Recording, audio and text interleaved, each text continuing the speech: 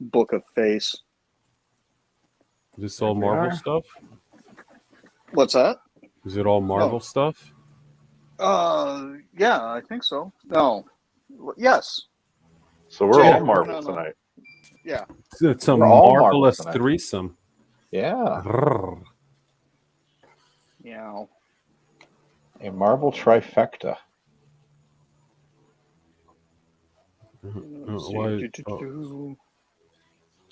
Does check. Oh, hang on, I'm getting tagged in all kinds of stuff. That's not this.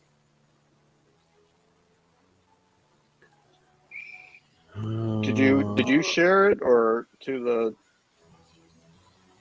the group? No, I will. I mean, I can. If you're there, hang on a second. I'm in. Where the hell am I?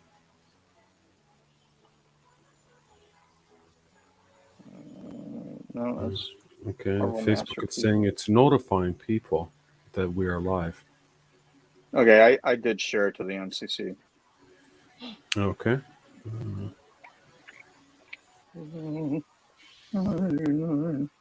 Let me like it. You're gonna like it? I'm gonna like it. Not like it as.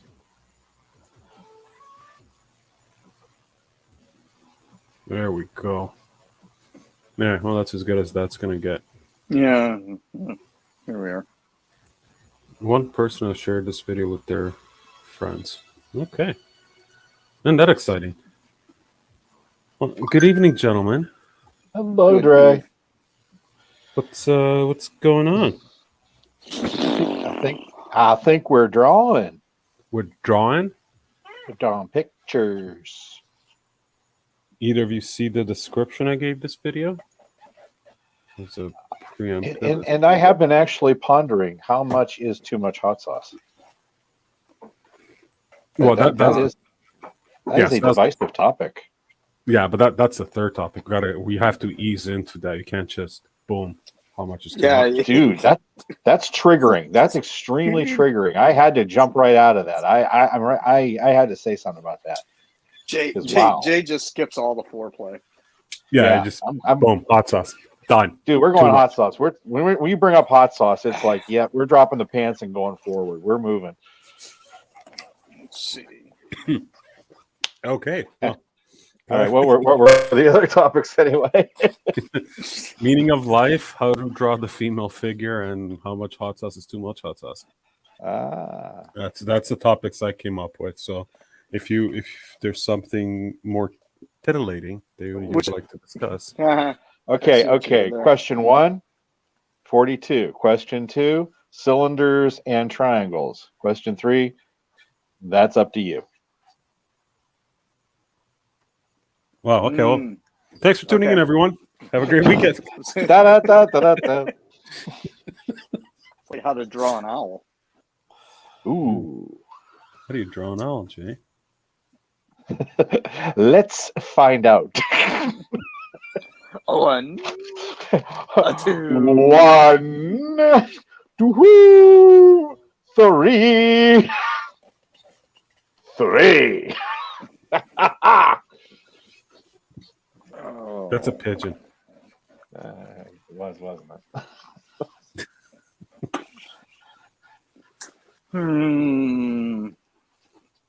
So, what are you doing? Storm or the Throg? I'm doing the Spider Ham Throg thing, just because that's kind of my live stream piece that I've been working on. I think. Got it. But it's a little chicken winged up here. I don't know. Frog yeah. No, I got it. Yeah, no, I started the storm last night because I just needed something to do. Okay. Just cause. Okay. Just cause. I'm not here to judge. That's why Jay is here. Yeah, he's the one that's gonna. Ooh, Who's that? Ding. Boobs. Gordon Wills. What's going on, buddy? Oh, hey, Gordo. Gordo. I don't know if you're comfortable with being called Gordo, though, Gordon. Sorry. He's not here. Gordon, if you want to hop on and play, let me know. Because I should have just messaged you. That would be a lot of fun. Yeah. Can Gordon come out and play? Whoa, that sounded totally demonic. The what now? Whatever was just said there sounded really demonic. Oh, can Gordon come out and play in a demonic voice? Yeah, man, it like reverbed and everything. It was kind of creepy. It was like a Marilyn Manson dub or something. It was pretty Beauty. Spooky. Mission accomplished. You did well. Oh, thank you. So happy. All right. So what are you working on, Jay? I commissioned it's a 9x12 color of Savage Land Rogue, and this is actually one of the ones that I can show on here live. I was working on a couple of them. This one won't get you kicked off of your streaming service. Oh, is there some provocative ones? Oh my, yes. Oh Yes. yeah, there's a few. There's a few. There's a couple. And when I post them, it's real easy just to throw the old electronic sticker over the naughty bits. But doing this, it's a little tougher to do that. So Right. I went with the one that was probably the most appropriate for the stream here. But yeah, it's Rogue in her jungle hunting glory. Cool. See, I should have done, because I actually thought I actually got kind of inspired by the inward, the work in progress stuff. I was like, you know what, I should do a Savage Land Storm. But then I was like, I'll just do the standard. No, I'm just gonna do a pig instead. Yeah, now I'm gonna do a pig instead. I did do what was it? I think it was Premiere, if I'm not mistaken. I did a Savage Land Storm, and that was Where's my keyboard? That was one of those things where you look and you're like, I don't know if this one's gonna make it, through the approval process. Because they've got the rules where you can't like draw like torn up costumes as an example. But that's only with specific characters. No, I thought it was everybody. You can't No. draw any character that was No. That's just specific characters. I think it's Cap and Spider-Man can't show any battle damage. Really? Because they're cultural icons or something. Good Lord. That was not my impression. My impression was any character, but when you go into Savage Land Rogue, there was a bunch of Savage Land Rogue sketch cards out there. So I was like, okay, well, but is she the exception, kind of a thing? So I did a Savage Land Storm, and hoping it would make it through, which it eventually it did. There you go. But it was definitely, that was the one that I thought would be on the chopping block, and it was probably my favorite card in that whole set. I want to say it was 19. I always forget there was a Savage Land Storm because it just gets so overshadowed. Exactly, and it was like, because, and to be honest, nobody. I don't think I've seen a sketch card of Savage Land Storm. You see her with Black Panther. Seen a few where it's kind of like You have? Okay. the royal wedding, and then Oh yeah, no, I mean she's but she's in like Savage Land mode. Oh, okay. That wouldn't be Savage Land. That'd be like the Wakanda kind of African ceremonial garb thing that she was wearing at the wedding, wouldn't it? Oh, maybe. I don't know. Yeah. How do I know? I'm sitting there trying to remember when there was a Savage Land storm, because I know I've seen it. When you brought that up, it's like, wait a minute, I do remember that, but I can't remember which story arc that was or what that was all about. I think it was when the X-Men went to the Savage Land. Like the very first time, wasn't it? When Dave Cochran was drawing it. Do new. Hey, Kevin says Savage Land Rogue is looking savage. Yes, and that's what we're going for. But thank you. Kevin also says, "Welcome to the Department of Redundancy Department." All redundancy shall be redundant. And redundant. I agree. And Say that again. Wow, it's gonna be one of those days, isn't it? I could have stuck with hot sauce. Yeah, I think we might need to go back to the hot sauce. This is. Well, let's bring it up here. Are we hot sauce fans here, or are we not hot sauce fans? I am not. Okay. I don't like spicy. I know Warner is. Yeah. Actually, I've got my crock pot is full of chili right now. I'm cooking up, and the girls are not super keen on the spice, but I do sneak in a teaspoon of habanero hot sauce. There you go. And what is your weapon of choice, Mr. Warner? For hot sauce. Oh, what is it? The El Yucatan habanero sauce. Oh, okay. That's the one that's got like the blue and white label on it. They have it like at a lot of Mexican restaurants. Yeah, I think so. And then there's but there's actually I used to do chili with and I put a bunch of it in, but it was a jalapeno pepper sauce, which is absolutely fantastic. But it was from a farm market up in Traverse City called Grollo's. So every time I went and visited my folks, Grollo's, GROLEAU apostrophe S. It's just a little, farm market on the side of the road, but like my folks had a place up in Traverse City, like a vacation place. Mm-hmm. So every time we went to go visit or whatever, I would just stock up on that stuff and bring it home. This sounds a lot like Rodney Fike's cheese from the side of the road story. Yeah. Cheese from the center of the world, did you say?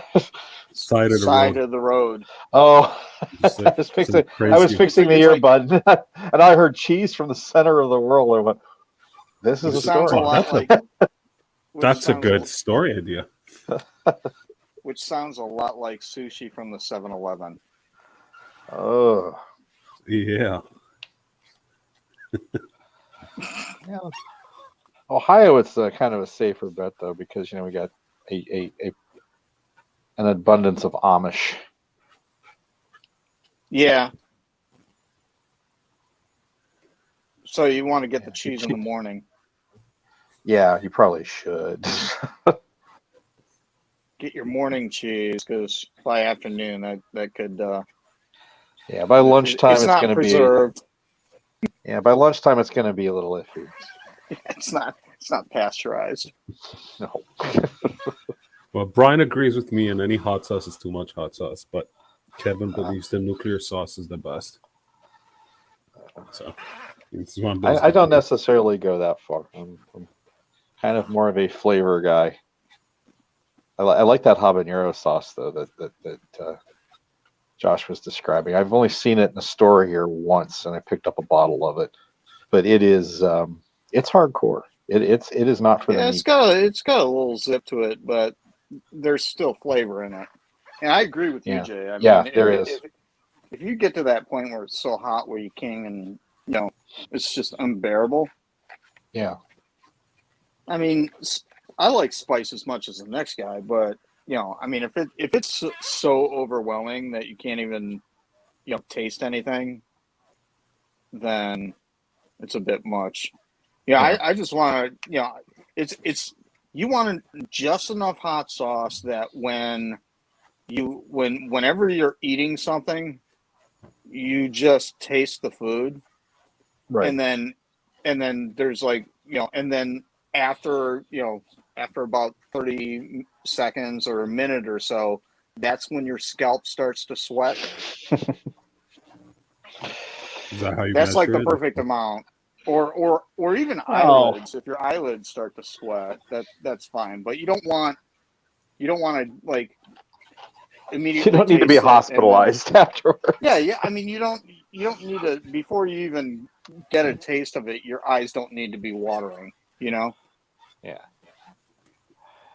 There's I rather go for the the enhancement of whatever it is, like like if you're doing like a stew or a or chili, and it's just kind of it's got a little zest to it, but it's not quite there, and then you throw a couple of shots of hot sauce in it, and now it's got more of a pick me up to it, and not necessarily a burn, but just more of a zing.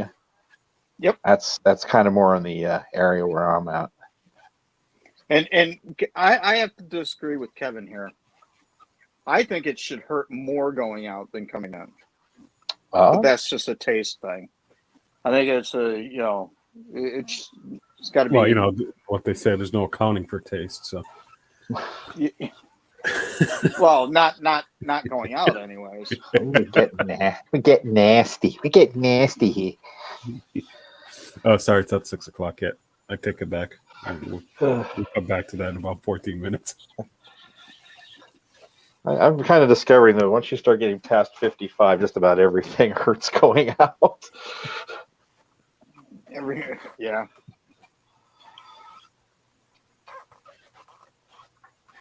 You can't really escape that. Like some salami and some sausage. We're kind of making like homemade panzeratos or calzones. I'm like, okay, I want something spicy. So we picked up little pieces of different salamis and sausages, and I don't know which one it was. Kind of take a bite of it, and it's like, this really doesn't taste like anything. About 45 seconds later, it just kicks you in the back of the throat. And this is okay. This is interesting. But they have like peppercorns in it or something? No, it was a salami and it was red. Oh, like hot sausage is what they did. They put a lot of hot pepper in with it. Yeah, it's kind of like paprika with something. Whatever. Yeah, like when you get Italian hot sausage and it's really bright red. Yeah. And that's kind of the same thing as like you'll eat it and it's like, oh, it kind of tastes like just like spicy but tasty sausage, and then within a couple of minutes, you're really feeling it. You're like, hold on a second. I do like doing I haven't done it in a while, but doing a spaghetti with Italian sausage. Like a mix of ground beef and Italian sausage, because you can get it ground, at the grocery store. Awesome. Yeah, I do that a lot too. With the blood sugar, I've been using mushrooms an awful lot in anything with pasta, because the mushrooms are a real good source of dietary fiber, and they regulate blood sugar really, really well. I think that's more information than you guys probably needed, but it did need to be said. And sweet, Kev. And one of my favorite things to do is saute some mushrooms and mix it with ground Italian sausage and a little bit of hamburger just to take the edge off of it, and then do that sauteed with some marinara on a pan, and that makes a killer sauce. So when you say marinara, do you mean like tomato paste or actually marinara? No, it's already cooked sauce. I'll make a batch of marinara sauce, just tomato sauce. Oh, okay. So just plain spaghetti sauce, and then it doesn't have anything in it. It's just tomato sauce. Right. Okay. no like mushrooms or meatballs or sausage or anything like that, or peppers or anything. It's just tomato sauce. Sounds good. Tomato sauce and Mrs. Dash. Mrs. Dash. Yeah. Actually, if we're talking about hot sauce, I found I'm actually going to spill a secret of a friend of mine who's a chef, who let me in on a little secret about spaghetti sauce, because he made a killer sauce, and I always wondered, like, what is it? What is it about this? Because it had like this zing to it that was really hard to describe. And he told me that he would put about a tablespoon of sriracha in a pot of sauce. Yep. And like straight out of the red bottle. Yeah, right out of the old Red Rooster bottle, and you just squirt it right into the sauce and let it cook in. And it has something to do with sriracha. Really reacts well with garlic. Mm-hmm. If you have something with a lot of garlic in it, and you add some sriracha to it, it sort of takes the heat, the outright burn of sriracha away, but yet keeps that sweet tang to it that is really good. They were talking about that on Chop the other day. Somebody made something that put sriracha on. They said you really should have added garlic if you put sriracha in. Yeah, it balances it out. Yeah. Yeah, you can't use. Go ahead. Yeah, that's kind of the same thing that I do with the chili. Is like, I don't use any water in my chili. Because I throw the hot sauce in, and instead of getting that bite from the hot sauce, I've been using the Guinness stout coffee mix. Oh yeah. And that really takes that initial edge. It takes all of the edge off of the hot sauce, but you still get that flavor, Yeah. Or you can just go with regular, half coffee, half, Guinness. I'm starting to learn about cooking with coffee. It's kind of helpful. What's this? Oh, interesting. I just got an announcement that we're live. Yay! Nice to know. Yeah, Facebook notifications have been stupid lately. You mean meta? Yeah, they've been very meta. They've been so meta. Everything's a metaphor for something. Meta is better. Meta better? That should have been their slogan. Meta is better. Oh, Jay, you're so clever. Let's see. Dang it. Take a brush. Here we go. Really don't want to do this damn thing. So, Jay, is this part of your Clan McDonald crazy sale from the other day? This is it. It's coming up. The sale's on the 27th. And but people were pre-requesting, right? Yeah. I decided Pre-ordering. I decided to get a jump on a few of them. Just because I have been buried with pinwork too right now, and was just wrapping up a couple of sketch covers, and then the pre-orders came in, and I just kind of looked at it and went, well, there's 3 or 4 on here that I could get a jump on, and if worse comes to worse, like say the clients completely flake on them, then I can Should be able to move it anyway. Yeah, I can move them, and the one I posted today was it was one of them was a Poison Ivy. And there's a She-Hulk piece that I haven't started yet, and then there's this, the Savage Land Rogue, and there's a couple more. I don't know if I'm going to have time to get jumping on those yet, but it's still on the same vein. There's a I'm rather looking forward to there's a Red Sonja that somebody wants, and that I'm excited about because I happen to find a whole stash of April Hunter pictures. that she sent over about 2 years ago that both of us completely forgot about. And she happens to have a sword in all of them. How convenient. I thought so too. That, and it was pre-reduction, so you're in good shape. Yeah. No, I think it was right around the time of the reduction, but still, it'll be fine. I thought it was more than 2. Well, you know what? Everybody lost 2020. I honestly, it doesn't. I mean, the way I look at it was I wasn't keeping score. I don't know, but the pictures do look really, really good, and she's still a chesty redhead with a sword, and when you got a job coming up that requires you to draw Red Sonja, and you happen to have a friend who's a chesty redhead with a sword, you feel blessed. And Hashtag blessed. And when you say chesty redhead, we're not just talking about like supermodel. We're talking like pro wrestler, fitness model. No, well, let's just be honest. We are literally talking Red Sonja. She is Red Sonja. If Red Sonja, walked right out of the comics and became a living, breathing person, it'd be April Hunter. Yeah. Except Red Sonja is probably a little more decorum. What? Love April. Be careful here. No, I'm just saying. I'm just saying that she's like that. She's a gal that you could go to like the shadiest bar with, and she'd feel right at home and protect you when the bar fight broke out. And yet, you think Red Sonja, the Queen of the Barbarian, is going to be all like, she's all demure. Save me! Yeah. Save me, brave artist. Yeah, no. Save me, Jalen Warner. You're my only hope. No, she would literally just pick me up and start swinging me at people.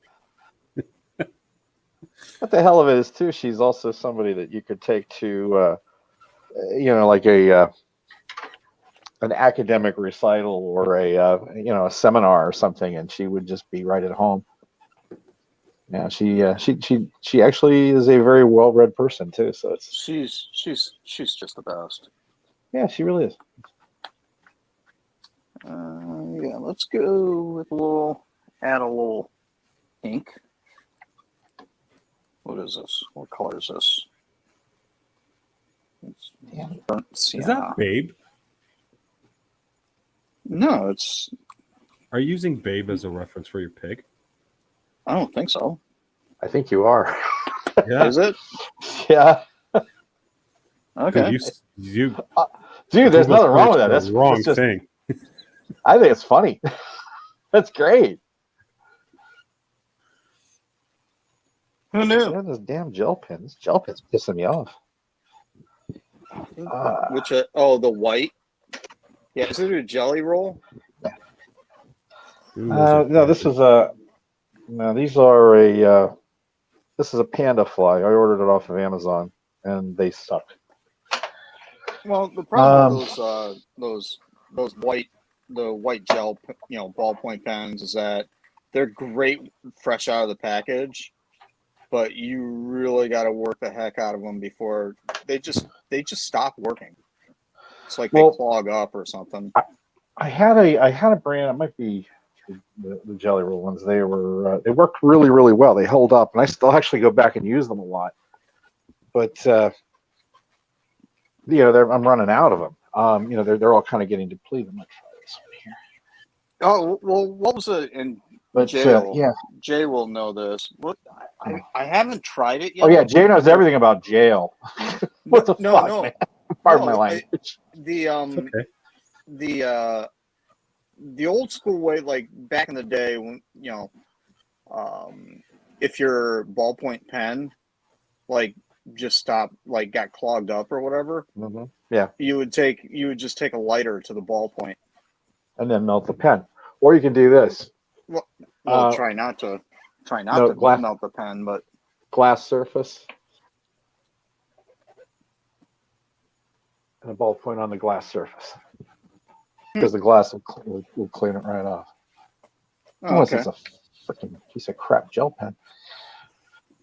Damn it! You got me distracted, and I put black in the white. Oh, I thought I'm like, okay, yeah, I'm using a white jelly roller too. Let's do some highlights. actually, what I'm going to do, talk amongst yourselves. I'm going to go get my Pro White. Delicious. Yeah, just dried it. I have a clump of dried up Pro White that I've been using for about 3 years now. It's great. Yeah, mine I've been using for 15. Yeah, great. Yeah. Let's see. I will be right back. I don't know what you guys are talking about. Pro White. It's this stuff. Or Proof White. Oh, is that like Dr. Martin's? Dr. Whatever? Martin's, yeah. Let's see. This is sold. I can't even open it. You need to get pliers. Hey, Terry. Hello. Salutations. Oh.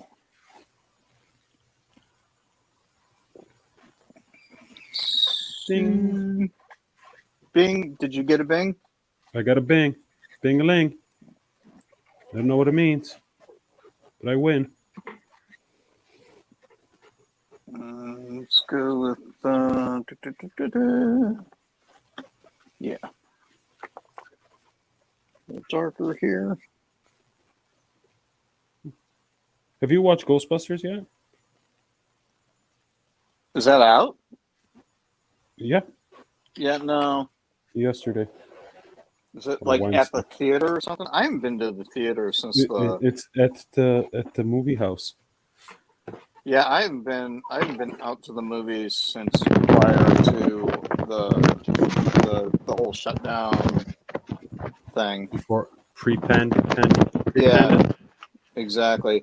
But I do think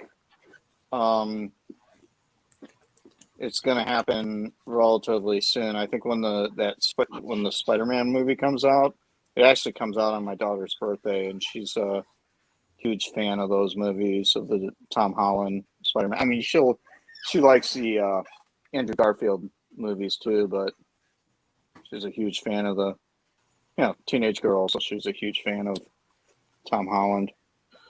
Well, did you hear there really is a good possibility that Andrew Garfield's going to be in this? Yeah. That who? Andrew Garfield's going to be in the new Spider-Man movie. Yeah, I think rumor. Well, It's quite rumors likely. have been that both he and Toby will be in. Yeah.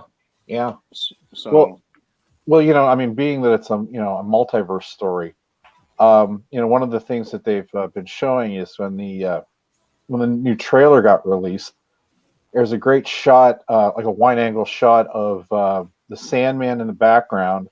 Oh yeah. The lizard and the lizard and Electro, and they're all coming in, and Spider-Man's up in the top, and he's like swinging out towards Sandman and Electro, and the lizard's on the bottom, and then mysteriously the lizard just acts like he got smacked in the face. It just gets knocked backwards by something invisible. So right, they're saying, they're saying they edited that for the trailer, and it's that's either Andrew Garfield. There's going to be multiple Spider-Mans, is what that kind of is revealing. Implies, but there's also the bit where Doc Ock says, "You're not Peter Parker," and which universe was he in? Tobey Maguire.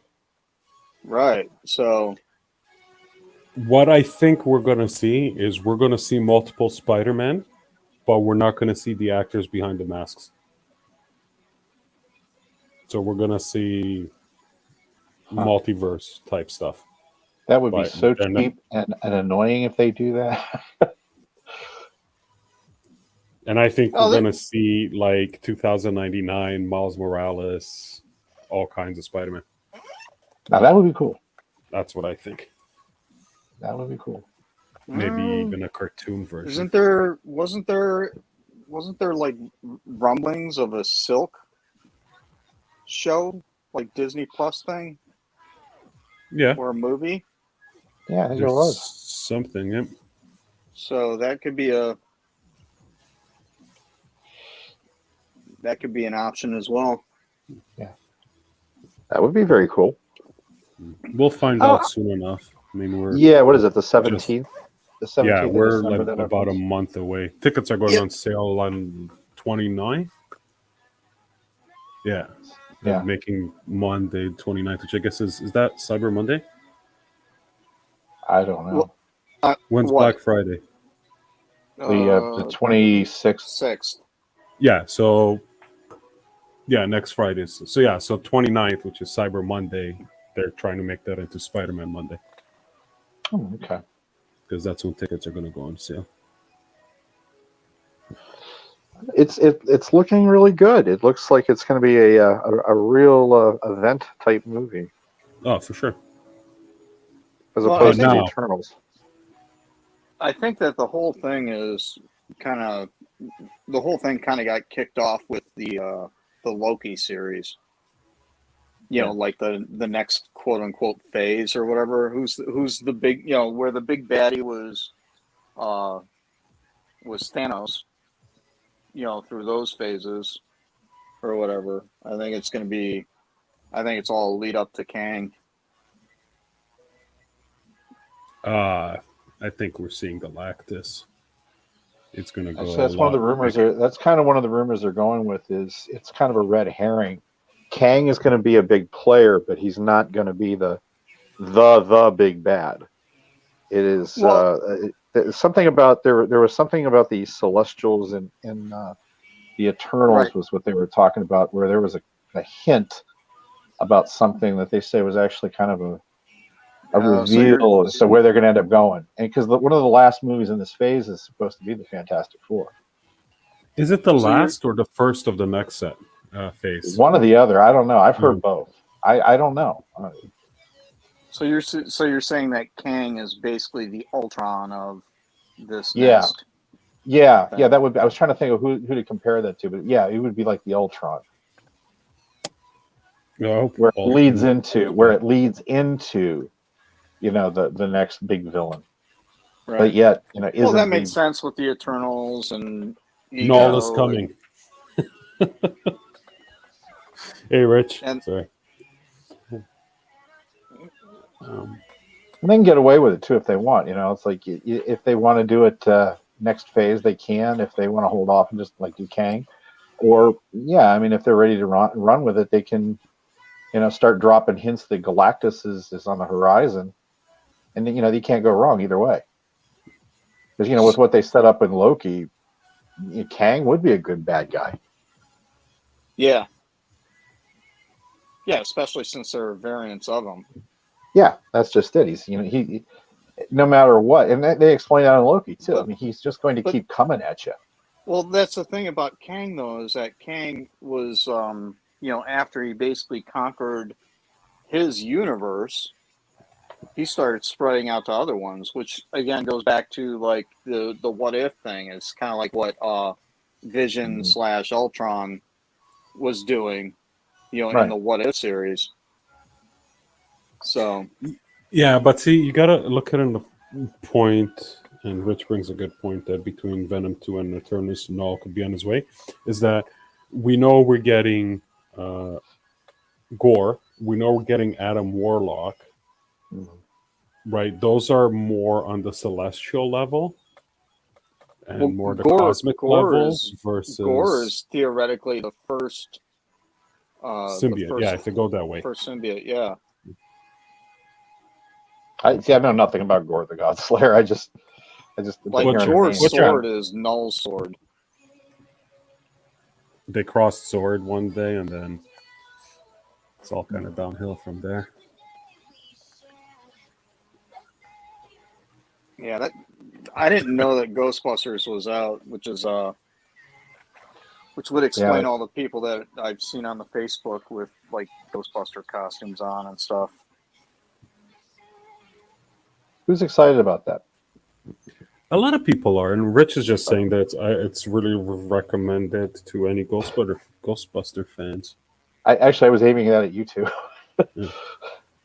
I have a hard time getting excited with most movies that I work on, so I'm just like, I don't want to hear about it anymore. So I think it'll be fun, but it's just one of those things where I don't know. I mean, I can't I just can't get past the original. You know what I mean? Yeah. Yeah. It's like they knocked it out of the park with those. Stop going to that well, kind of a thing. That's just my personal thing. It's like if you did it once and you did it right, don't mess with the mythology, so to speak. At the same time, though, I'm looking at this is kind of penance for the attempt at rebooting it in the first place. Oh, because everybody had been clamoring for a third movie, just something to kind of wrap it up, closure type thing. And what we get as a reboot in 2016, it just was not the same. Chris Hemsworth. I did find that movie entertaining, but it goes back to and you're gone. That's it. No, not approved. No, it just goes, but it goes back to my, it wasn't. Thank you for playing. It wasn't the same thing, I mean, it was like, it I don't know. It was just, for me, it wasn't the same thing. And for me, it was just, like I said, it just goes back to, if it ain't broke, don't fix it. But no, I disagree, because you look at the movie and you say, okay, let's take the history and the legacy of Ghostbusters out of the equation and look at it as a standalone entity. It wasn't very good at all. It has a lot of one-liners and fancy effects, but the first one, the 84 one, you mean? No, the one with the female cast. Yeah. Oh yeah. And it had it had the potential to be a good movie with the cast and the director and everything, but they just pooped it. Yeah. They did. They squandered everything. I mean, they did have a good cast, and I am not a huge Melissa McCarthy fan, but you put those four together, you really should have been able to pull off some comic gold, and they absolutely refused to. Yeah, Leslie Jones is a great comedian, but she spent most of the movie just not being funny. Yeah, and, I actually they wasted Kristen Wiig in that. I can't watch anything with Melissa McCarthy in it after seeing her in Heat. The Heat. When she's the one with Sandra Bullock. Yeah. I mean, that was comedy gold, in my opinion. I don't think that in her career she'll ever top that performance. Spy, the Spy one, in my opinion, is genius. It was better than Heat. And the Heat. Did you see that one? No. Oh wait, is that the one? Is that the one where she's like the secretary, and then with Jude Law and with Jude Law, yeah. That is a fantastic movie. Is either one of those the one where she did the identity theft thing, or is that a different movie? That one's called Identity Theft. That was Identity Theft. Yeah, with Jason. Whatever. No, that's all I remember is something about her stealing somebody, seeing a trailer for it. That looked funny because of that, but. Yeah, the only funny thing about the only funny stuff on that was the other Allman Brother jokes. The other Allman Brother. Yes, I didn't see it. I don't know, but that's funny though already. Well, the gag was that her mom was a groupie for the Allman Brothers. Okay. And she slept with the other Allman Brother. Not Greg Allman, the other Allman Brother. And they never mentioned his name. I don't know what any of that means. Might be before my time. Yeah, it probably was. But one of the local radio stations down here, I don't know if it was they did it or if it was a syndication thing. But they had a comedy. They had a comedy skit thing where it was Dwayne Allman doing a PSA that was an anti-drug message, and it was like, okay, take two. and it was one of the funniest things. It was like, all right, Dwayne, we got this. Okay. This is Dwayne Allman, and I'm here to say that if you're going to do drugs, don't drink. No, cut.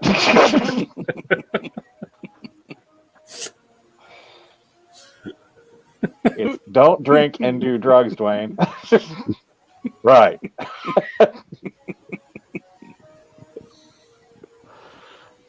Drinking's bad, but you can totally do drugs.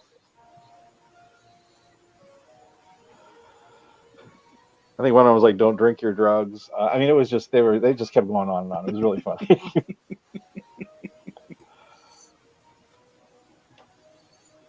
And after we're done with this, I'll see if I can find it on YouTube. They might have or an audio track of it somewhere. But when I was working at the one print shop, the guys in the shop and I used to love that. They would come on the radio. We almost had it memorized at the time. Of course, I forgot it now, but it was one of the better skits. So when you say the other Allman Brother, I'm like, yeah, Dwayne. Yeah. Oh yeah, Dwayne. Gotta be Dwayne. I heard car doors shutting, which means might have a fixed I have a tire family at this point. You might have a what? It might have a tire that's fixed. Oh. Either that or it's a neighbor's. Yeah, no, the neighbor's. I'm gonna have to call this done. You guys feeling the Matrix movie? Matrix Revolutions? Or No, I forgot all about that. It's a week before Spidey. You all right, Josh? Yeah, no, I was thinking. Yes and no. My oh, okay. I just got a text saying that they're on their way home. My feeling on the Matrix was I think that they hit the nail on the head with the first movie, and the sequels were just they were basically painful, to watch. But I think I'm not arguing at all. I'm with Josh on that one. I just think it fell apart after the first one. Yeah, I mean, it was like, okay, cool. It should have been a one and done. Kind of not unlike the John Wick movies, to be honest. Hey. You careful now. No. I think that the first one was golden. The second two were. The third one was better than the second, but it didn't really knock my socks off. Dre, the things we keep quiet about when we're trying to maintain friendships. I have a little black book. Oh. Well, I only say this in the sense that when they did the second one, and I just got hung up with it. When they did the second one, and you had that whole scene where he was in the the catacombs, and he was grabbing the shotgun and then the AR and all that stuff.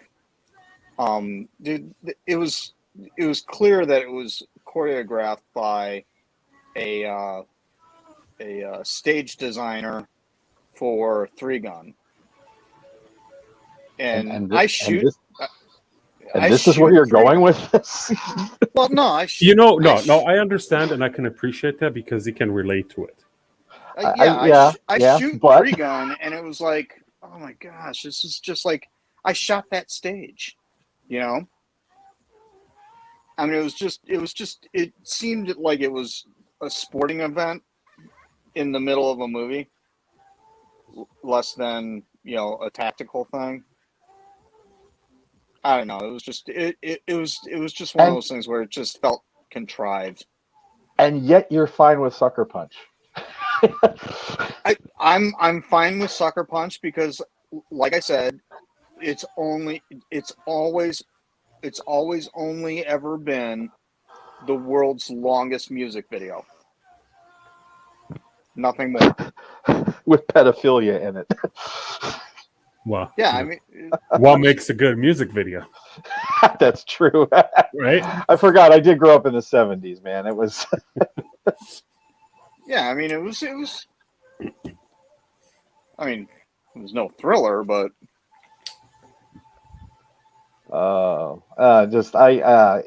yeah, I'm gonna have a hard time getting past this John Wick conversation. It's John Wick is John Wick. It's well, just you can't take it seriously worth anything. I mean, come on, we're talking about an international organization of assassins that have their own freaking 4-star hotels. I mean, come on. I know. Wouldn't you like to It's stay on one? ridiculous. The whole thing is ridiculous. We get it, but it's like, oh man. I can't beat it up over shooting drills. I can't do it. Yeah, it's like, that's the thing you get hung up on. Yeah. Oh man. Yeah. I mean, there's a lot you could have, but it's John Wick. It's they're fun, and I don't think they ever. Oh no, I didn't. I don't think any John Wick movie ever reached further than it really felt it could. Even the third one was, and I'm going to be honest, the third one I thought was stupid compared to the first one, and the second one I just thought was a beautiful bridge between the two, because it really was just getting dumber. But that was kind of the point. It was like, you looked at it and went, where are you going to go with this? You can't really smarten it up, and there's no point to it. The first one was kind of a one-trick pony. This whole, it's the slick assassin type story, and it's a great revenge story, and you kind of run with it, and it's great. You got great cartoon bad guys and a cartoon good guy, and let everything happen. And then of course everybody's demanding more movies, and it's like, I think they went in the right direction. It's like, just give them more shit, just give them more craziness. And I want to get back to the Matrix thing, but my point being is that you guys ever see that movie Ninja Assassin? Fantastic movie. Fantastic. I never have. I am mad at myself for not. It's the best ninja movie no one's seen. Yeah, I missed out on it too. I've heard it is fantastic, and I have never gotten to see it. But I guess the point I'm trying to make is, with the Matrix and the John Wick movies, can you imagine if they did a sequel to that movie, Ninja Assassin 2? You didn't make enough money to do a sequel. I know that. I know that's why sequels exist. I'm just saying that it's the same kind of a thing where it's like, you nailed it, leave it alone, Because I don't think there was any. If they did a second one, it would suck. But I am interested in the new Matrix movie just because I'm curious to see how they, put everybody back into the Matrix and this and that. I think it'll be, especially with everybody being so much, I don't want to say older, but longer in the tooth. It's going to be less of that. I think it's going to be, more emotional stuff or whatever. Yeah, this J guy is pretty good. Yeah. What? Paul in the comments says, "Hey, this J guy is pretty good." Oh, thank you, Paul. And he enjoys watching 3 at a time, I which I'm not going to touch. Let me be Who? It says it's cool seeing 3 at a time. Yes. Yeah, it is. Yeah, this is a piece that I got super excited about doing, and as it's been sitting on my desk, the longer I think that it's probably the dumbest. What? The pig? This pig? Yeah. I think it's awesome. Spider pig. Spider pig. Spider pig. Does whatever a spider pig does.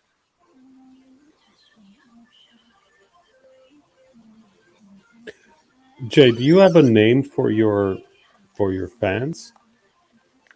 Like, like the Beliebers, stuff like that. The Fifers. No, no. I'm going to start thinking of one. That's kind of funny. I don't know. I'm still just kind of going to the concept. I don't have any. I just like doing this shit. All right. Hey, it was worth asking. It would be funny though. Oh, No, did you guys see? I am way too. I have way too much self-loathing to ever even And name your embrace that. fan club? Yeah, name a fan club. I can't do that. As amusing as it would be, I can't do that, man. I just can't. Yeah, Way too insecure for that shit. Way too insecure. 0. See, I'm taking that as we're open for suggestions as to what Jay's fan club should be called. And don't tell me. I fully support you doing so, but don't tell me. Okay, don't read the comments. Oh shit. Oh yeah. No, I'm kidding.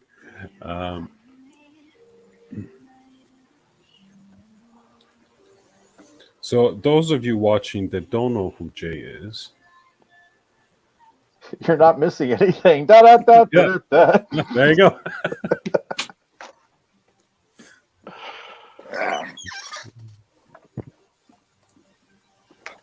No, you're not going to introduce yourself. I'm just a boy looking at a girl on a piece of paper. Okay. Jeez, I don't know. I don't know. Some people think I should be. Some people think I do more than I do. I don't. I just like doing this crap. It was funny. I actually had. I was kind of in the middle of a conversation with a couple of industry guys at a convention one time. I think we were all eating dinner afterwards.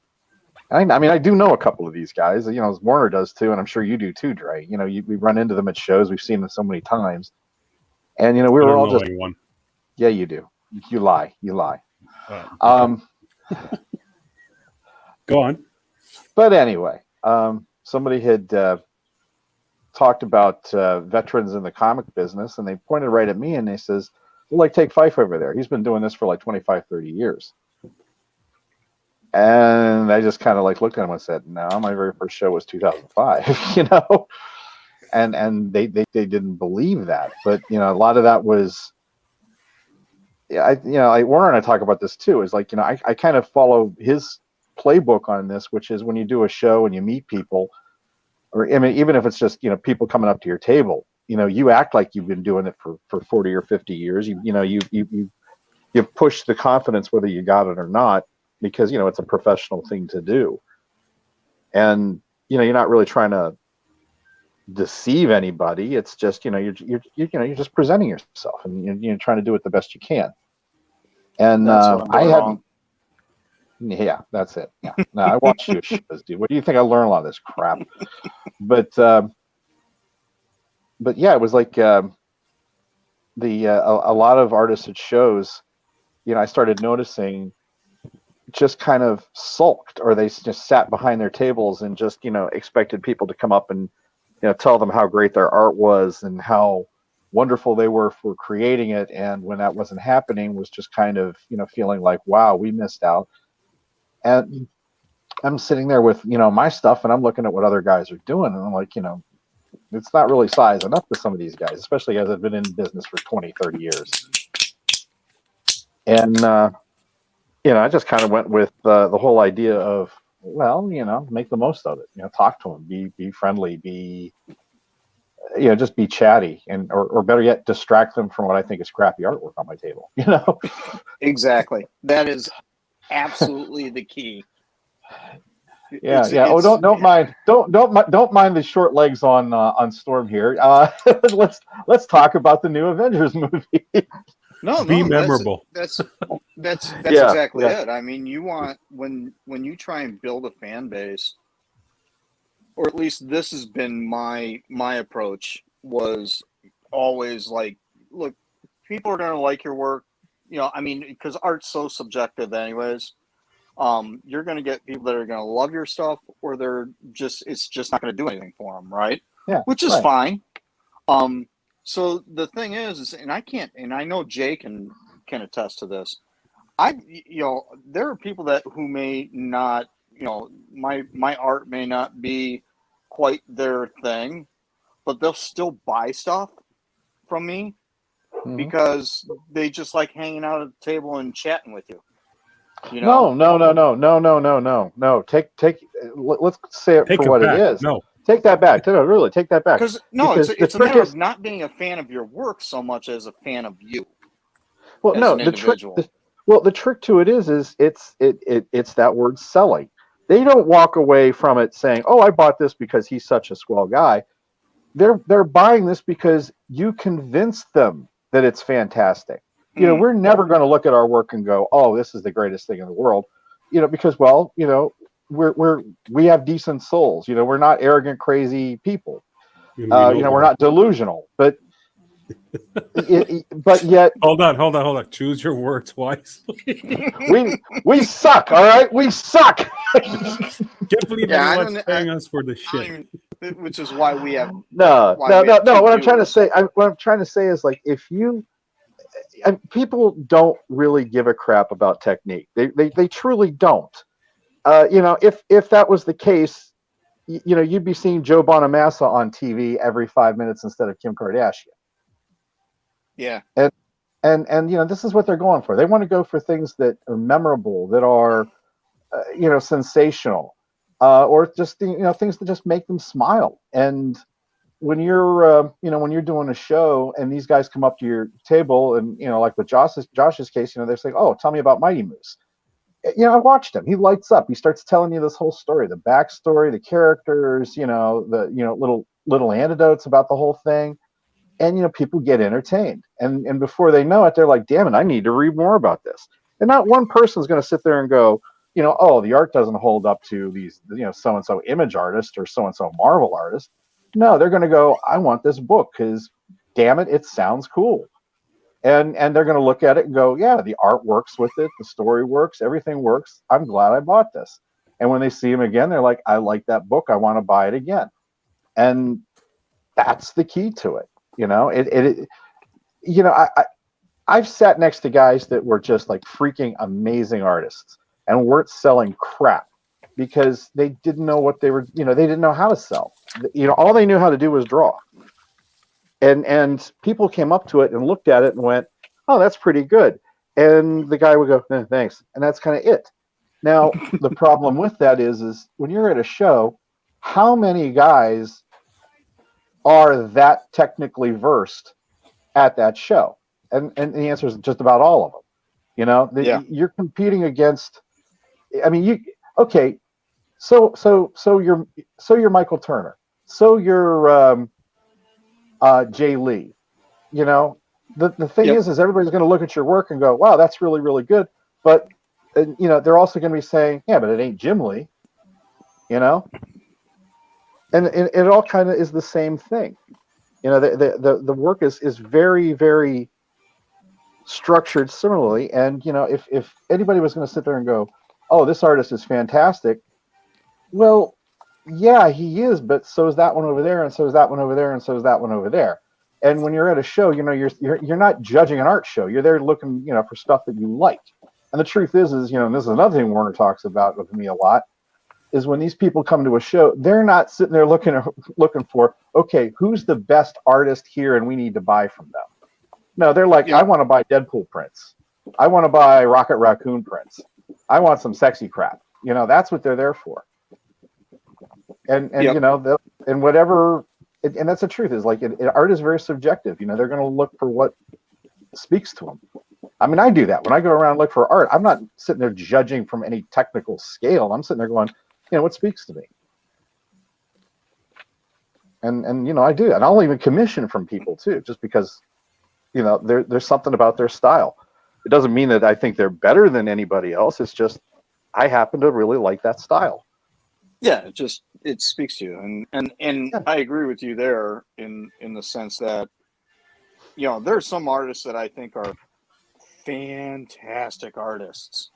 I mean, just technically speaking, just masters at what they do. But it's just not my thing, right? And and that's not to say that just because I don't it's not my thing doesn't mean it's not good. It's just it's really, this is really, really good.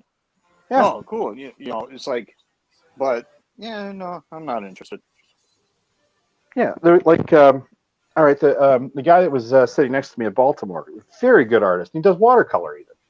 And a lot of what he did really appealed to me. I liked the technique. I liked what he was doing. I was even taking mental notes as far as what he was doing.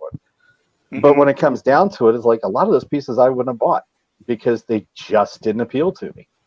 It's like, what do I want on my walls? And that wasn't it. And it had nothing to do with the guy's skill. I mean, the guy was very skilled.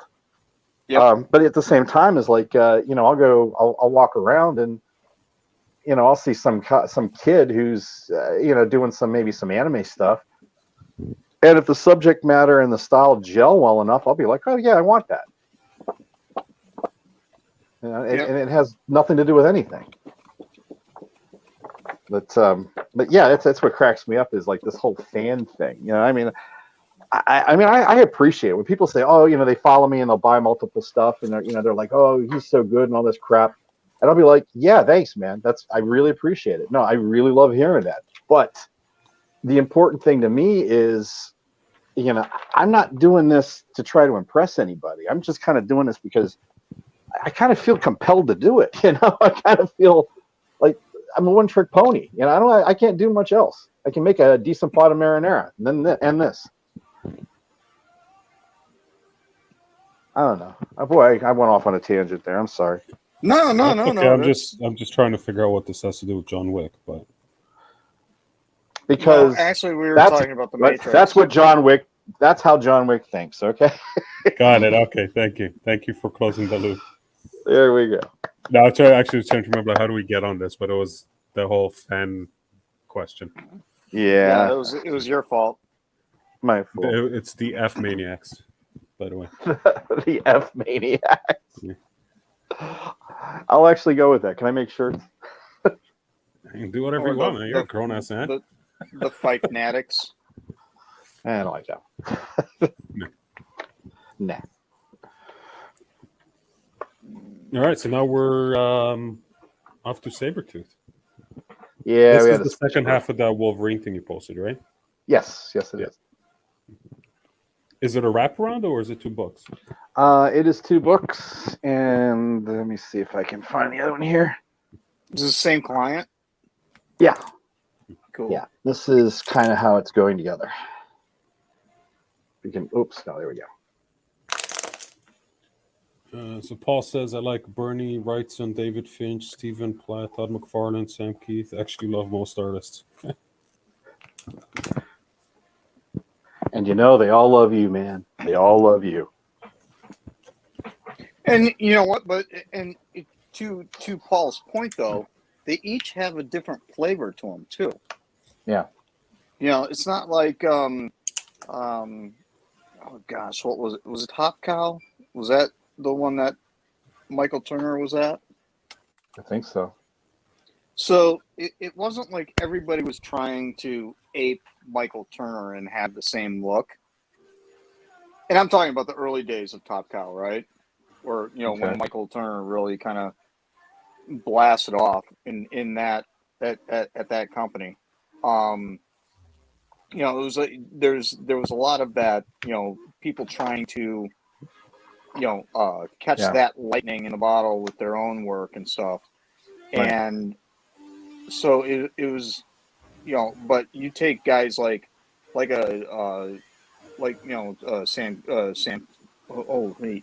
Sam Keith, right? That was like totally different stuff. I mean, I love Sam Keith stuff. I mean, just because, just the look of it and his style and stuff was just, I thought that was one of those things that really kind of stood out. But, other people were like, it's too messy. It's, too much, whatever. But that's totally different from, like, say, like a McFarlane in his prime, where his stuff was super, super clean, I was thinking about Sienkiewicz, too.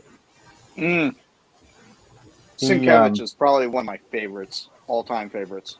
He's a real artist. That's the thing about him, man. He and that's the funny thing is that's how he got discovered. He wasn't really trying to be a comic book artist. He was looking for illustration work, and I think it was either his agent or an editor from Marvel knew him or something, and they were looking for new talent on the New Mutants, and this guy took a shot and says, "Hey, I know this guy. Check out his work." And I guess the initial reaction, of course, was horror. They're like, "Oh my God, are you kidding? This isn't going to work. This is crazy." But somewhere someone took a chance. I don't know if it was a higher up or what, but they took a chance on him. And what was New Mutants? It redefined comic art. Was New Mutants his new book? His first book? I think it was. I think so. Yeah. I thought he did something before, but I don't know. Hey, F Squad. This. F Squad, you might. F Squad, let us know. I summon the F Squad. It's the F Maniacs, not the F Squad. Oh, F Maniacs. F Prime heeds. F Prime summons. You must heed. But Sienkiewicz, when it comes to his ink work, to me, anyways, it seems very much like it's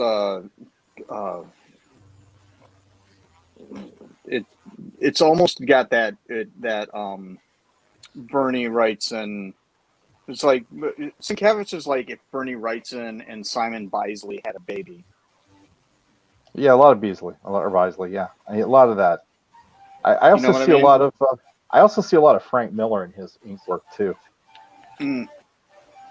That in my opinion is probably one of the greatest comics ever made was Electra Assassin,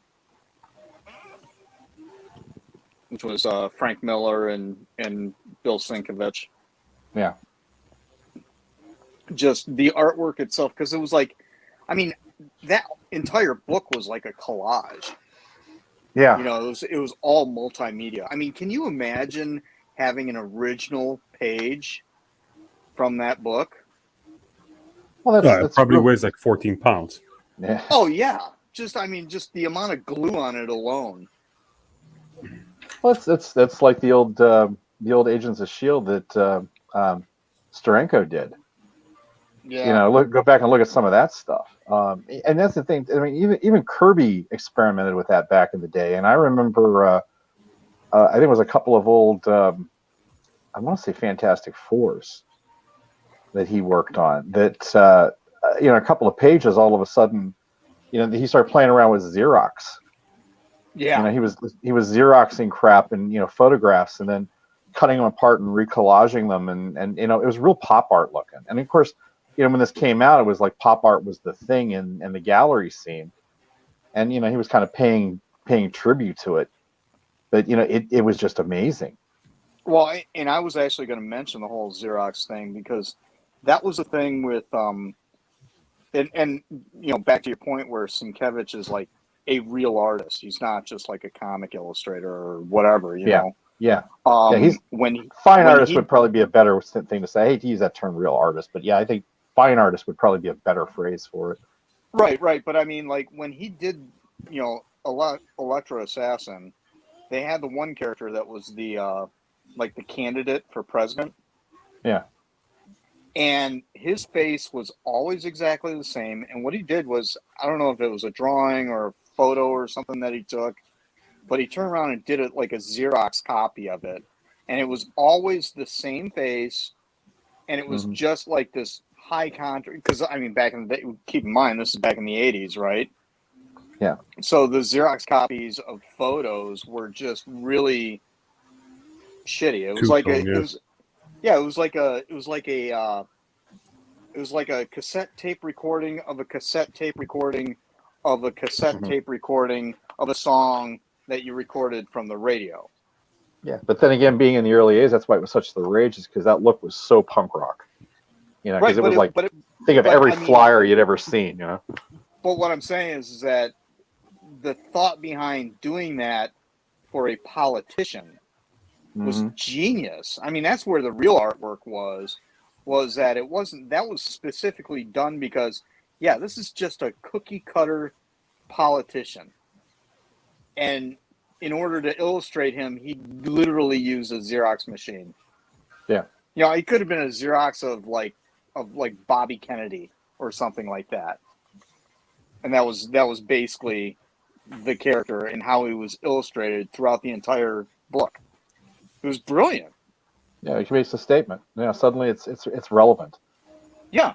Yeah, and that's where, in my opinion, for Sienkiewicz specifically, with that book, that's where the true art lies. Was that there was meaning behind everything he did. Gallery artists are nothing if not relevant. They need to be, and that's the school that he's from. He's a fine artist, man. He does conceptual paintings. He was doing the gallery scene before they signed him up on Marvel. So to him, that's second nature. He's going to think in terms like that. Aside from the guys that are like, put bigger boobs on Power Girl. You're going to have guys like saying, it's like, yeah, this guy's he's a pawn of the system. How do I illustrate that? And he's going to think, oh, I got this technique that I've been playing with, that I see other guys have been playing with, because that's how artists think. They're like, they don't just like look at something and go, I think I'm going to Xerox now, because that would fit this perfectly. No, they've spent days screwing around with different things, and I'm sure he was messing around with Xerox stuff because half of his gallery friends were doing it. And he was playing around with it, and he says, one of these days I'm going to have a project, and this is going to work really, really well with it. And then this script comes along, and he's like, yep, there it is. Well, and that's the thing, too, is that, and then you get a script from Frank Miller, no less. Yeah. I mean, that dude, I'd really love to see more work with Sienkiewicz and Miller. Well, I don't know. Have you ever read Stray Toasters? Wait, who?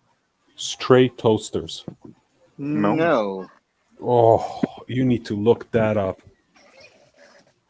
Let me see if I have a copy of it here. So that's, you see the movie is it I, Robot, Will Smith? Yeah. Okay, so that movie is, I don't know if officially or unofficially, is loosely based on the concept of stray toasters. So the artist Sienkiewicz, I don't. Asimov book. Yeah, because the title is ripped off of Asimov. Oh, so it wasn't the same story? I don't know. I haven't read it. Oh no, it was not. Oh, okay. No, it was not. Hang on. So the premise is that there's all these appliances that people have in this futuristic state that are robots, like the toaster, right? So the toaster is like a little gorilla robot that's actually a toaster.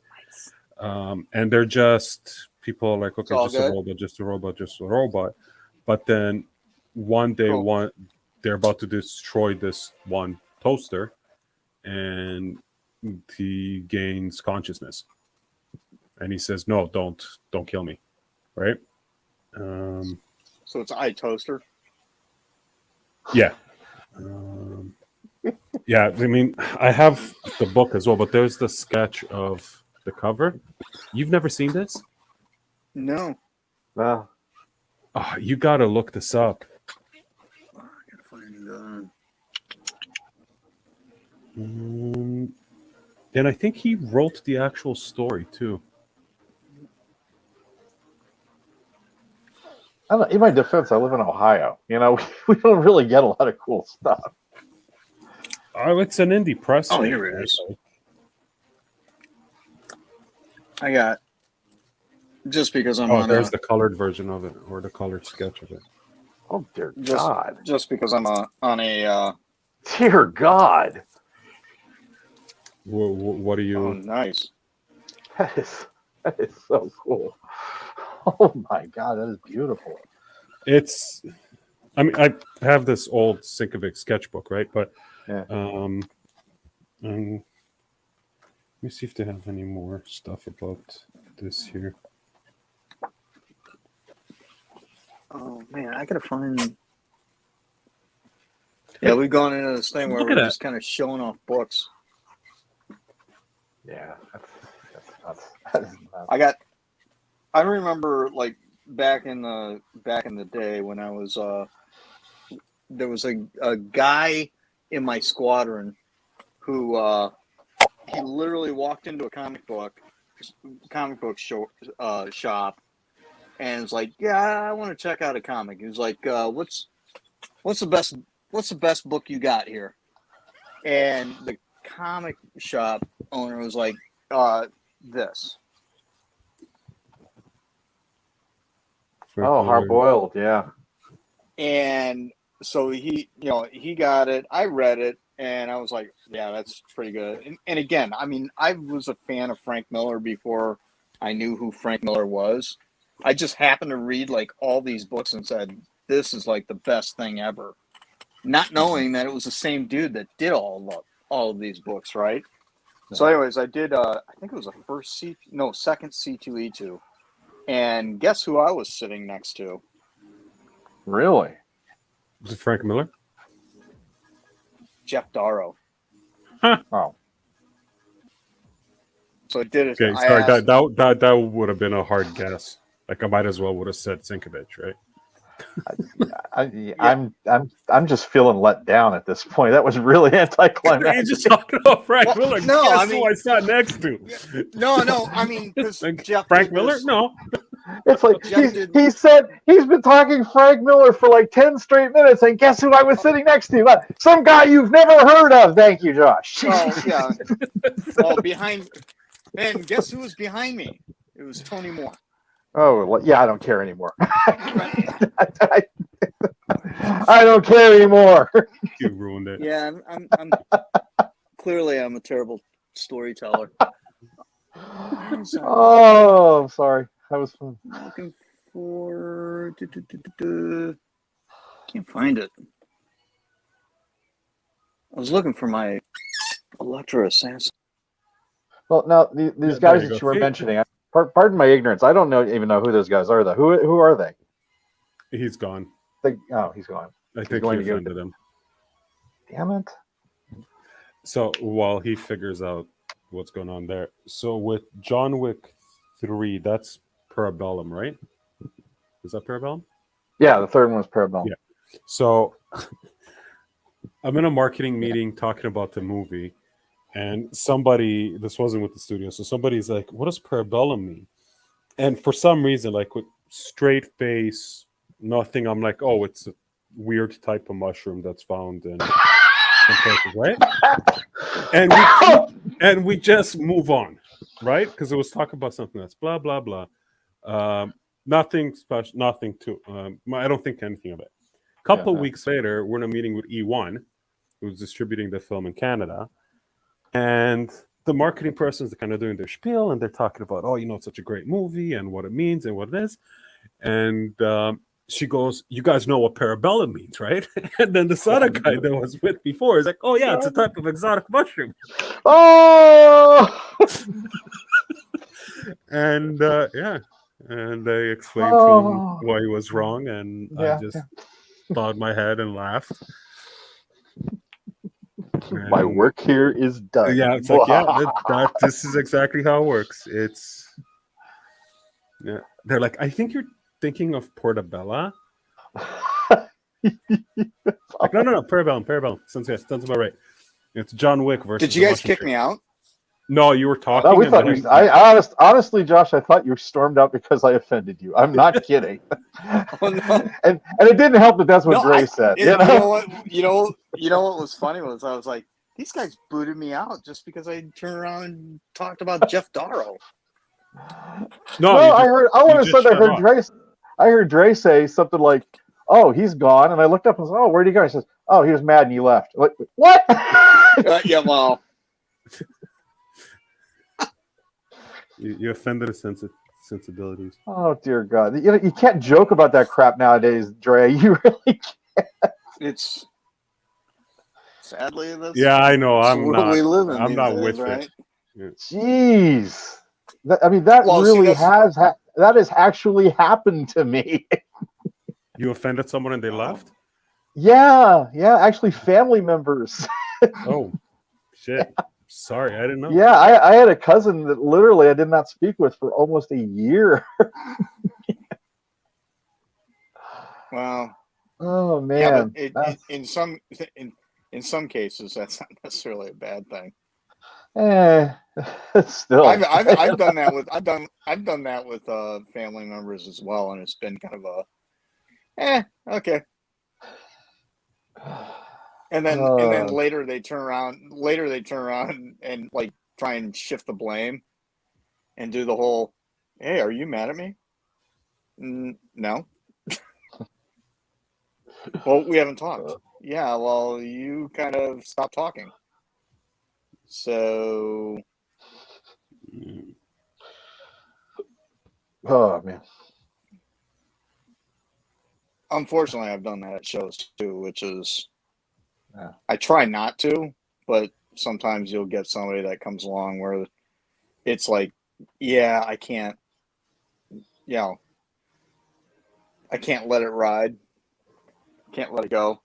I gotta confess, I actually did that too at a show once, and it's kind of goes against you never want to my beliefs, and I still did it. well, the thing is that you're trying to be a professional and so on and so forth, but when somebody on the other side of the table is just a complete ass, it's like, you stay professional, but you turn around and state facts or your opinion or whatever, or where you stand on something, and then they get offended by you and walk away. And it's like, I don't know what to talk. I had a conversation, and it wasn't even, I don't even think it was, I wouldn't say that it was political, but the topic would be a political topic. It wasn't a political conversation, but like somebody had turned around and made some comment about something, and I literally just started listing off like facts and stats and stuff, and it offended him that I was giving him like raw information. I wasn't even bending it or saying that I agreed with anything. I didn't take a stance on it. I literally just gave him facts, and he turned around and got so upset and walked away. And the gal that was sitting next to me, and this was at C2E2, the gal that was sitting next to me, absolute sweetheart, Karen, I can't even pronounce her last name, but from California, she's an animation artist, and she turned to me and said, "Well, that guy hates you now." I go, did I say anything wrong? Was I offensive? Did I say, was it me? And she goes, no, you were pretty, and don't get me wrong. She was not, I would argue that she doesn't align with me in my, in my outlook or anything, but she was like, no, you were spot on. He goes, but he just couldn't take it. And it's like, But it was kind of funny because I even felt bad and went over to his table and checked this stuff out and bought a book. Try and make the peace. I had a guy come up to my table in Pittsburgh one day, and he started asking me about whether I had any Punisher pieces. And I look up, and here's this young man with tattoos all over him, and I distinctly see on his neck on one side a swastika, and on the other side an SS emblem. And I don't know. I didn't say nothing. He seems nice. I didn't try to react or nothing. But I just kind of carried on the conversation with, no, I don't have any, and sorry, that kind of thing. And I guess I was not concealing it very well because Michelle says, "Man, you were really rude to him," and I hadn't thought I was. Like in your mind, you're like, "Oh, sir, I am so sorry. I unfortunately do not have any Punisher pieces at this time." But and I'm patting myself. I'm patting myself on the back, like, "Gee, I could be nice to everyone, even stinking Nazis." Fuck, slut, fucker. No, fuck your Punisher. I got your. Fucking stab you with my Yeah, bracelet. no. In his mind, he said, "No, I don't have any Punisher." Yeah. But what actually came out of his mouth was, "Go pound sand, you Nazi piece of shit." No, honest to God, I'm thinking to myself, is like, wow, Jay, you did a great job. You were nice to the fucking Nazis, even. Wow, I was even nice to this freaking guy, and even though deep down I was like, God, I wish they'd throw you in a gas chamber, you fucking bastard. And like, no, that didn't come out at all. But yeah, Michelle's like, yeah, you were pretty mean to him. Like, wow, I didn't know that. And I would think that So would be the not last a maniac? venue. But here's the thing: and this is where my head went afterwards, especially when she pointed that out to me. I mean, I really did feel bad because there were tattoos. He didn't come up like screaming "Sig Heil" and "Oh, you got any freaking No. Eric Eichmann pictures?" Or you have any great cartoons of Jews being killed? He didn't come up like with that. He just wanted some Punisher stuff, and I'm like, yeah, I know, but. In all reality, I mean, maybe the guy was in jail and got a tattoo so he didn't get, shivved. I don't know. I don't know the story. But it was just one of those. It was one of those reactions, and it was just a knee-jerk reaction. I saw that, and I was hugely offended, and I was trying not to be, and yet it came across.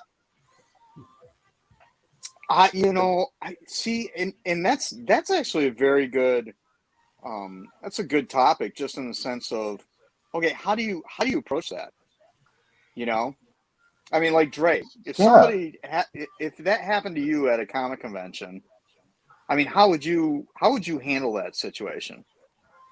I just say no. I don't know. Yeah. See, I'm clearly a completely different personality.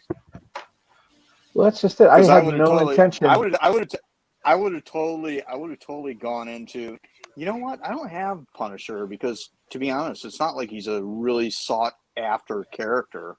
But I could totally do a sketch for you, you piece of shit. Something along the, something, or at least turn around and say, what is that on your neck? You got a little dirt on your neck or something. I would have definitely made him. There would have been some form of self-consciousness there, that I would point out, just because I'm not opposed to confrontation. Yeah, we know. That's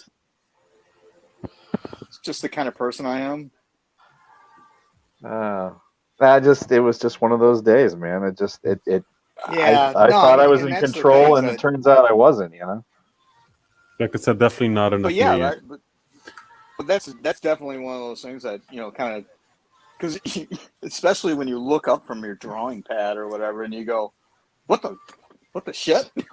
Holy crap! Holy crap! Is that the SS? You're like, how do you react to that? See, I mean, it's like, dude, it wouldn't matter if it was Punisher or if the guy walked up and said, "Hey, you got any My Little Pony?" That would have been funny, though. No, that would have been funny. Yes, I do.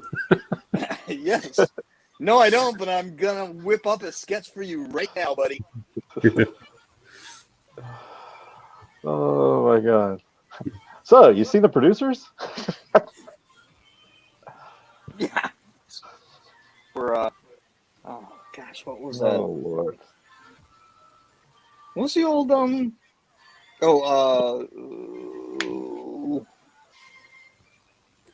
Mel Brooks one?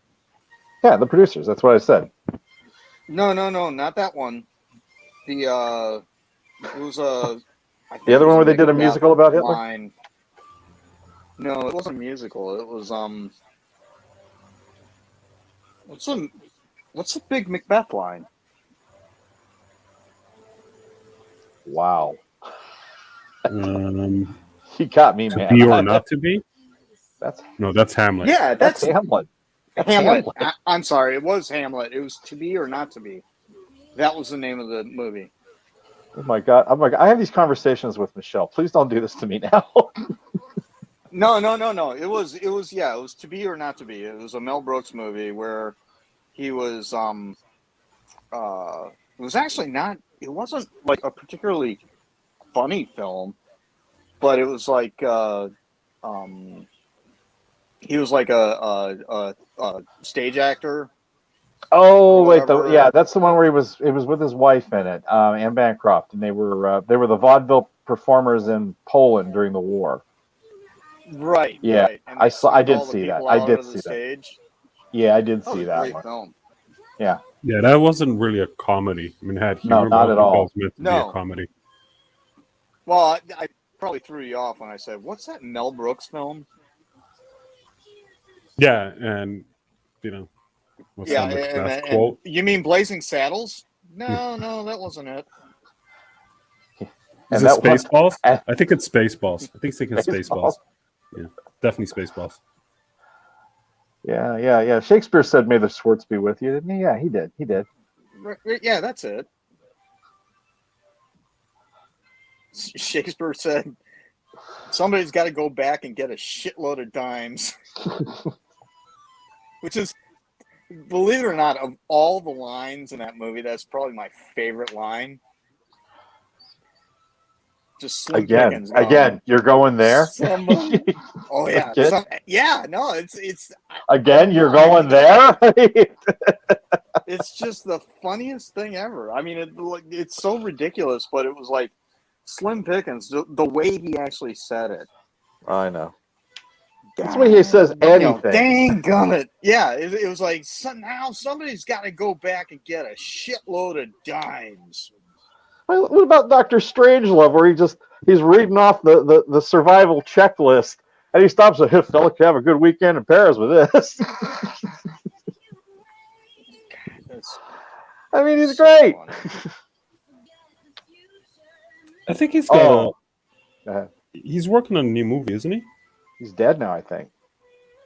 Mel Brooks? No, he isn't. No. Slim. I thought you were talking about Slim Pickens. Sorry. Oh, Slim Pickens. No, yeah, Slim has left us. I think I did hear something about Mel is working on a new movie. Yeah. I wonder if he's working on it with his boy. His boy wrote that book. Max. Yeah. Max Brooks. He wrote what was the World War Z. World War Z, that's it. Which Kat actually read that and said, yeah, it's more of a survival guide. Yeah, it's not really a novel. Right. Yes, but it's like, diary entries or something from a zombie apocalypse kind of a thing. But anyways, I got that. I got it for Erin. Nothing like the Christmas, movie. Yeah. Nice. Oh, how is Erin? She graduated college already, right? Erin is in San Antonio. She has an apartment in San Antonio. That's post college? Yeah. She is. Okay, so maybe that's what I was thinking was. Yeah, she's an adult now. She's an adult now. Yeah. No, how's she doing? Really good. She got a nice little apartment down there. She's got a really interesting job. She works for a customer service phone company, and her contract is collections for delinquent tolls from the Golden Gate Bridge in the San Francisco Bay Area. So she's on the phone listening to people from San Francisco bitch at her all day long. Oh, that's fun. And it's like, yeah.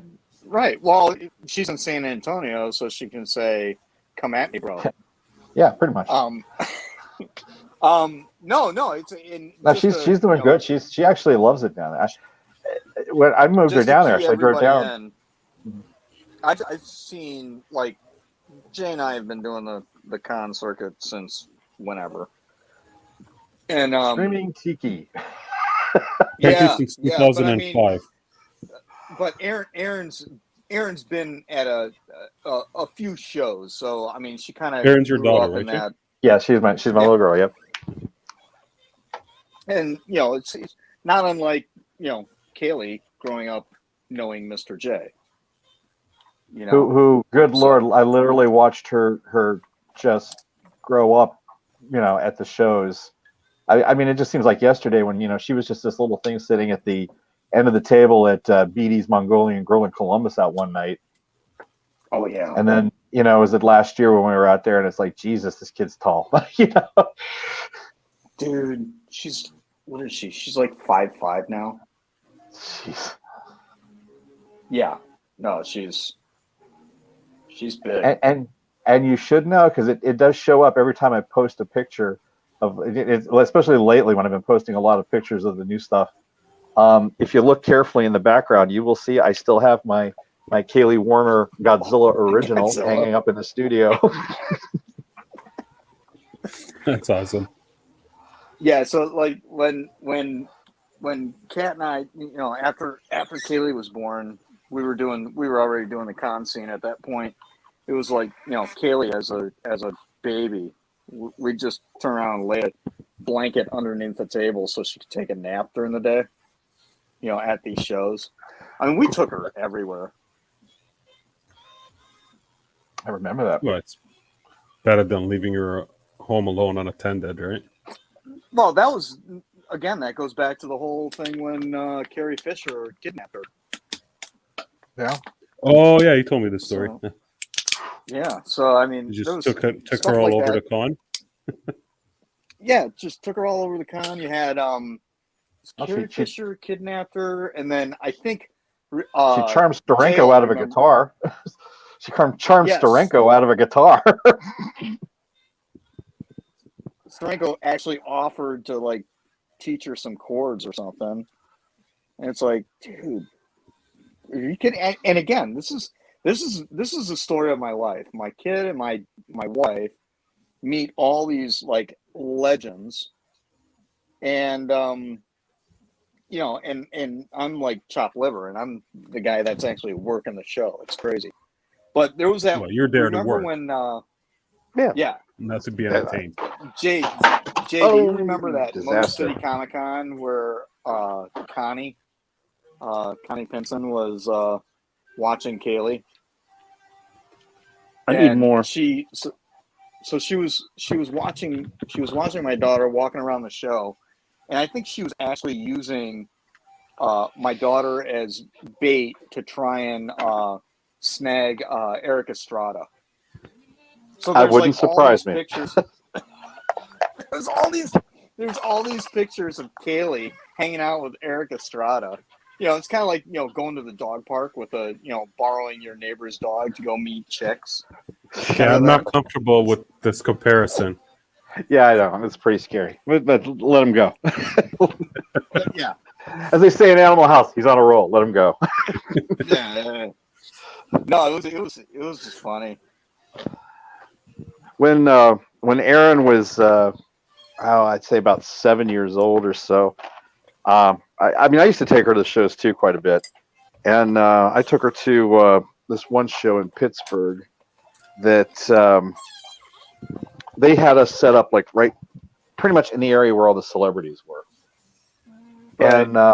And I was like literally like 2 seats down from Tiffany, and I was across the aisle from the girls from Three's Tiffany, Company. the recording artist? The mall recording artist. Yes, her. And let's see, Kane Hodder, a couple of the WWF divas. I mean, it was just this crazy show. And Erin, she was a little worried. She's like, this is going to be boring because Dad's just going to sit here and draw. And I flat out told her, I says, look, if you want to walk around. I said, they got security here. I am not worried. You just don't leave the building and you will be fine.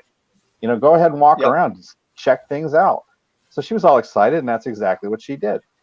Well, a couple minutes into this, suddenly I start getting people coming up to me, dropping signed photos off at the table.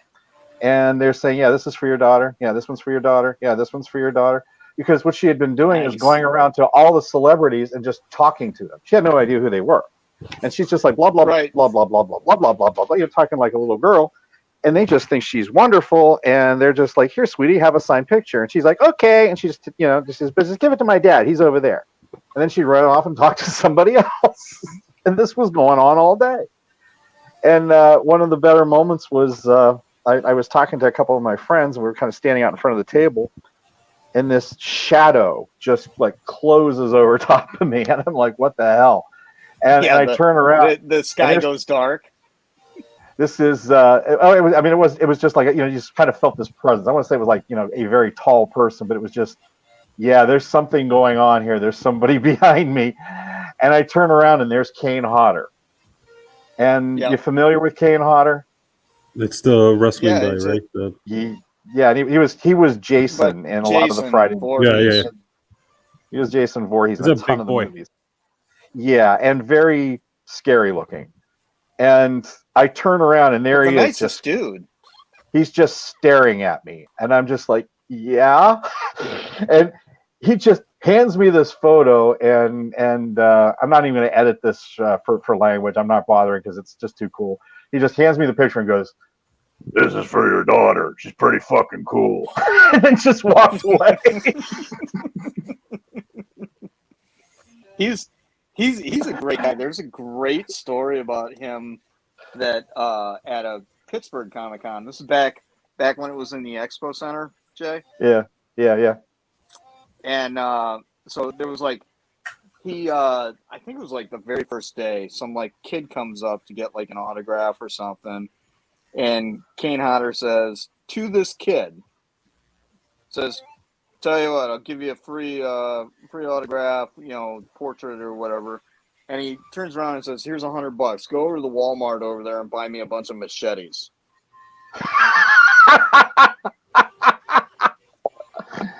I love him. So the kid goes over to Walmart, literally gets like $100 worth of machetes, and then Kane he starts. So he brings them back, and then he's signing them. Signs one of, he signs the machete and gives it to the kid. Beautiful. My favorite, though, believe it or not, though, the one with my daughter is not my favorite Kane Hodder story. It was about a couple of years later when my buddy Primo and I, we were doing a horror show in Indianapolis, and I think it was Sunday, and we were doing it was Sunday morning. We were heading over to the show, and we're standing there waiting to get on the elevator. And here comes Kane Hodder just walking down the hallway. He's carrying his cup of coffee, and he just like nods at us. He's like, "Excuse me, gents." And he walks right past us, and he just goes up to this one door, and he starts pounding on the door and kicking it with these freaking, with these engineer boots on that he wears. He's bam, bam, bam, bam, bam, bam, bam. And again, pardon my language, he just starts yelling, "Wake the fuck up!" Bam, bam, bam, bam, bam, bam, bam. And then he just walks away and looks at us and goes, "Hee." He had no idea who was in the room.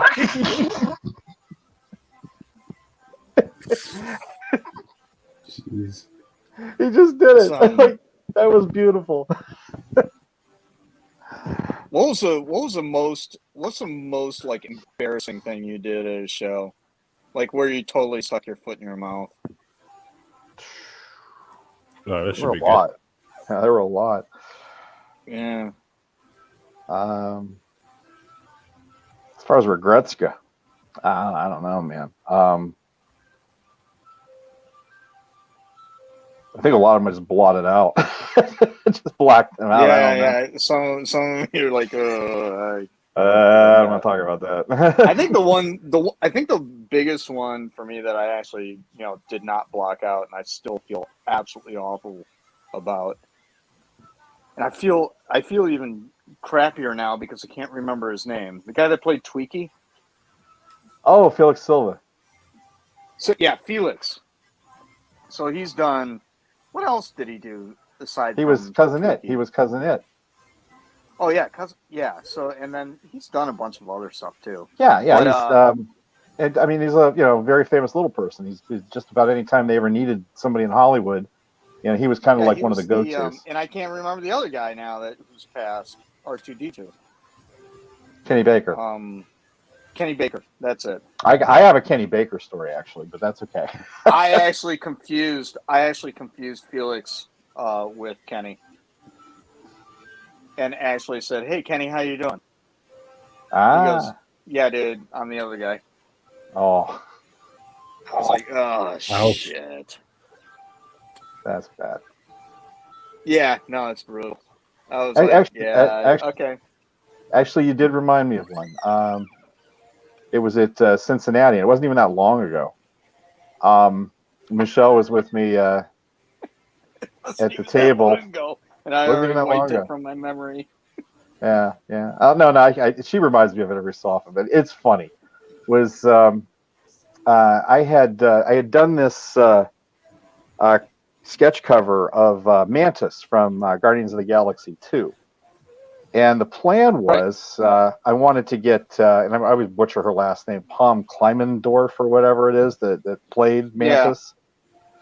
Yeah. She was there. And I mean, this is almost kind of a two-part embarrassing story. The first one, not so bad. Second one really is funny. So I go down, get in line, the whole thing. I got the sketch cover with me. And, she was an absolute sweetheart. I absolutely loved her. And I mean, she was just really, really nice. And she loved the cover. She signed it, no big deal, and all this stuff. And I'm, and really just stupidly, I just with a big grin on my face, I say, "So what are you working on now?" Trying to, make small talk. And she just looks at me and says, "This little thing called Infinity War." Like, I don't know if you've heard of it, but yeah, I'm like, oh yeah, that's right. Yeah. So I go back with the sketch cover. This little thing. Yeah. Oh, she was cool about it. She was just laughing. She thought it was funny as hell, but she made a joke out of it. But I get back to the table. This is where it gets really funny, and I'm just gushing, I'm telling Michelle, it's like, oh yeah, I got it signed. Oh, she was a real sweetheart.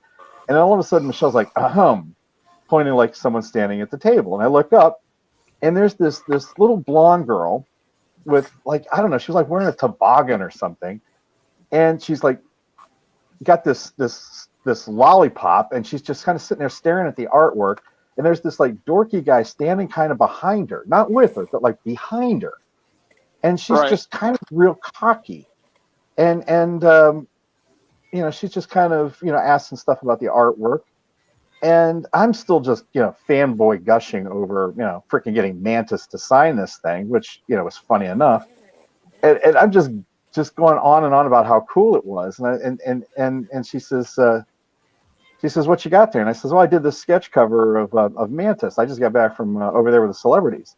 She goes, "Oh, really?" She says, "That's where I'm sitting." And I didn't even break. I'm just like, "Oh yeah, she is so nice. She is really great. She's just a really nice person." And I'm looking up, and the guy behind this girl is like doing the hand across the neck, like, "Stop it, cool it, stop it." And I just keep going on about this Mantis chick, and this girl is just getting madder and madder by the second. And who was it? She says, "Well, I'm set up over there myself." And I looked her right in the face, completely innocently, and say, "Have you met Palm? She's one of the nicest people." Oh my goodness! And it was her. Was it Mark Miller? And she just glares and finally walks away. And I just looked at Michelle and went, "What the hell was that?" And she says, "It was that girl from the Vampire Diaries." And she was like going around trying to, be the celebrity chick, impressing people. Oh. Oh, Nina Dobrev? Or what? I forget her name. I can look it up. Yeah, that's her. Yeah, she's on the chick, right? No, she was blonde. Oh, okay. She's on IMDb. Yeah, she's on Vampire Diaries. Okay. Yeah, her. Yeah. I mean, like anybody freaking cares, Yeah. But that's kind of the point was, I just kind of really just, she's like, "Well, you don't, kind of have this attitude, like, don't you know who I am?" I'm like, no, I really don't, nor do I care. For a minute there, I thought you were going to say that it was Tiffany. That would have been funny. Now I would remember what Tiffany looked like. Tiffany was actually really nice. Oh shit! Oh, you know who I heard, and this was, I think it was the last Motor City show that I did, but I heard who was just an absolute was not the kindest person, was it Elizabeth Berkeley? Oh, it's from Showgirls. Yeah. Saved by the It Bell. was either It's funny how Yeah. you went straight to Showgirls. Most people will say, "Oh, Jessie from Saved by the Bell." You're like, "Showgirls? right. The one from Showgirls. She was in Showgirls." Well, let's Actually, I talk think about memorable roles of Elizabeth Berkeley now, shall we? To be honest, I'm though, so I excited. I'm so excited. Do you want to talk That, about the part where she's the brainy chick, or do you want to talk about the one where she fakes an orgasm and looks like she's having an epileptic seizure in a hot tub? Yeah. yeah, I don't even remember that. I watched that movie just to see how bad it was, and Mhm. about bad. 3 minutes It's bad. in, I was like, "This is the worst movie ever made." But it was like watching a train wreck. I'm gonna watch it anyways, but I don't like it. I watched the entire movie just waiting for it to get better from like the 3-minute mark, and it didn't. I was like, "There's no way that this movie is this bad. There's no way." And I actually sat there. I don't remember anything about the movie, but it was just one of those things where, seriously, it cannot really be this bad. Yes, it was that bad. It was hands down probably the worst movie ever made. But to her credit, I think. See, I don't immediately go there, and unfortunately, I can't remember the name of the movie, but it was an anime movie that she did the voice of like the main character, and like the co-star was Kiefer Sutherland, where they did the dub, the voiceovers for these characters, and I can't remember what the heck the name of that anime was, but it was a pretty good movie. She did all right. I mean, she was convincing. Best acting that she's ever done was in a booth. There was this one actress I remember that everybody was kind of talking about how nasty she was to everybody, and I remember it kind of tainted my opinion about her. And every time I put the movie on, because she was the actress who played the young Aunt Beru in the prequels, the Star Wars prequels. Oh yeah. You know what I'm talking about. Yeah. But I can't remember what show it was. I mean, I didn't hear the stories or anything like that. But no. I mean, this actually, I know who you're talking about. This actually, I'm actually going to go somewhere with this. But she was, everybody was complaining about how nasty she was. Now, I did not have a run-in with her, but I did see her sitting at the table, and she was just glaring at everybody. And I had no reason to doubt anybody. It was just one of these, wow, and you see this at shows. Sometimes people are just nasty, but she was really, really just evil to people. And this went on for years. Me thinking about this, and it's like every time that movie would come on, I think to myself, is like, good Lord, Billy D. Williams could take time to be nice to people, but you're this actress that nobody really freaking knows about. Well, wait a minute. You're acting like a bitch, and Now, was this prior to you interacting with her? No, I didn't. I never interacted with her. I'm just saying, I just heard this, and I saw her, at the table. I never talked to her. But I just had this opinion about her. It was like, God, she was right. Everybody talked about how terrible she was. So, a couple of weeks ago, I started I was working on some stuff, and it says I need some background crap on TV. And I just flipped on HBO Max to see if there was anything new on. And they were on this kick about these documentaries about cults, real life cults, like Kevin's Gate and all that kind of crap, and the Moonies and all that stuff. And I got fascinated by it. I got hooked into these things. And I was watching them and watching them and watching them. Well, the last one I watched was on the Nexium Cult, which, that's that sex cult that, what's her name from Smallville was involved in. Oh yeah, Allison something. Yeah, Allison Mack. Yep. And it made the news and everything, and it was a crazy story. And I'm started watching this, and I'm just it's fascinating, and I mean I'm really kind of getting pulled into how everybody gets pulled into this cult, and the sickness. And literally, and I'm just completely stunned because, like, third episode in, they start talking about this one actress who gets pulled in, and guess who it is? It was this girl who played the young Aunt Beru on Star Wars.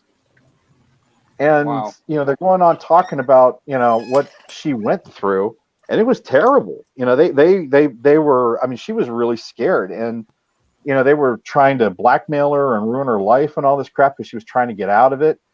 And Right. it turns out that at the time when they were really on her case, and they would hire people to follow these people just to get dirt on them or to threaten them and anything. Mm-hmm. And and about this time when she's kind of going through all this, happened to be that time at the show. So you're talking about kind of embarrassing. I kind of look back on that and went, wow. Here we all were, you just tearing this kid apart. Like, God, can't she be nicer? Why has she got to be mean to everybody? And the truth is maybe she wanted to be, but she was just having a pretty bad time. And that's what I'm saying is that I don't like, for instance, that you hear the stories and like, as an example with the Elizabeth Berkeley thing or whatever, it's like, I heard about it, but see, I don't put any stock in that because I've met some people where like people are like, oh my goodness, that person's just a D-bag or whatever. And it's like, then you meet them and it's like, they're just an absolute sweetheart. And that's one of the things that I did learn about doing shows was, dude, everybody has a bad day. I mean, they're not in it, whatever. Oh, this guy was like as an example, I mean, you've heard horror stories about Lou Ferrigno, but like, was that because he's really a nasty person, or was he having a bad day? Well, actually, I never did because I actually met Lou before I heard anything, and my impression was always he was really cool, and he was always real nice to me. Right, and that's what I'm saying is that so like whenever somebody says, "Oh man, that person's a d-bag," then you don't know the circumstances. It's like whatever, I just blow it off and it's like, well, he hasn't done anything to me, so. Well, on the flip side, you also have people that say, "Oh man, this guy's the coolest. You should totally go, go meet him, so on and so forth." Then you meet him, and it's like, and then they're a complete d-bag. So I don't like take other people's word for it. It's like it's all based on, it's all about me. How do you treat me? If you're a d-bag to me, then I don't like you. If you're and as you said too, even somebody that. Go ahead. Well, I was going to say, and even then, as you said, it really kind of depends on what kind of day they're having. When did you catch them? Exactly. Dude, I mean, like, how many years I had been hearing the crap and actually joined on the bandwagon of bashing Rob Liefeld. And I know to this day, I mean, I'll talk about this and I'll bring it up to people, and everybody does the same thing still. But I remember, the conversation you had with me when you actually met the man. Oh, yeah. And he was nice as hell to you. He's the coolest dude. And so here's the thing, Warner. Mike. Actually, I'm not going to say his name. This guy's a sketch card artist. So he won something from Rob in the summer, like he had, I guess.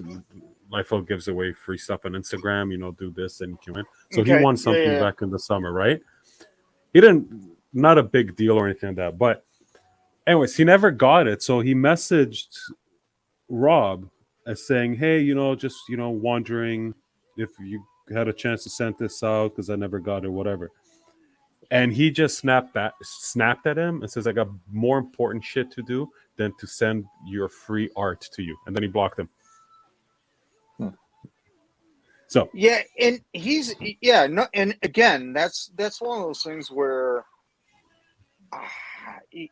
you don't know. He might be having a bad day, and people sometimes read DMs as like misread. I mean, there was right?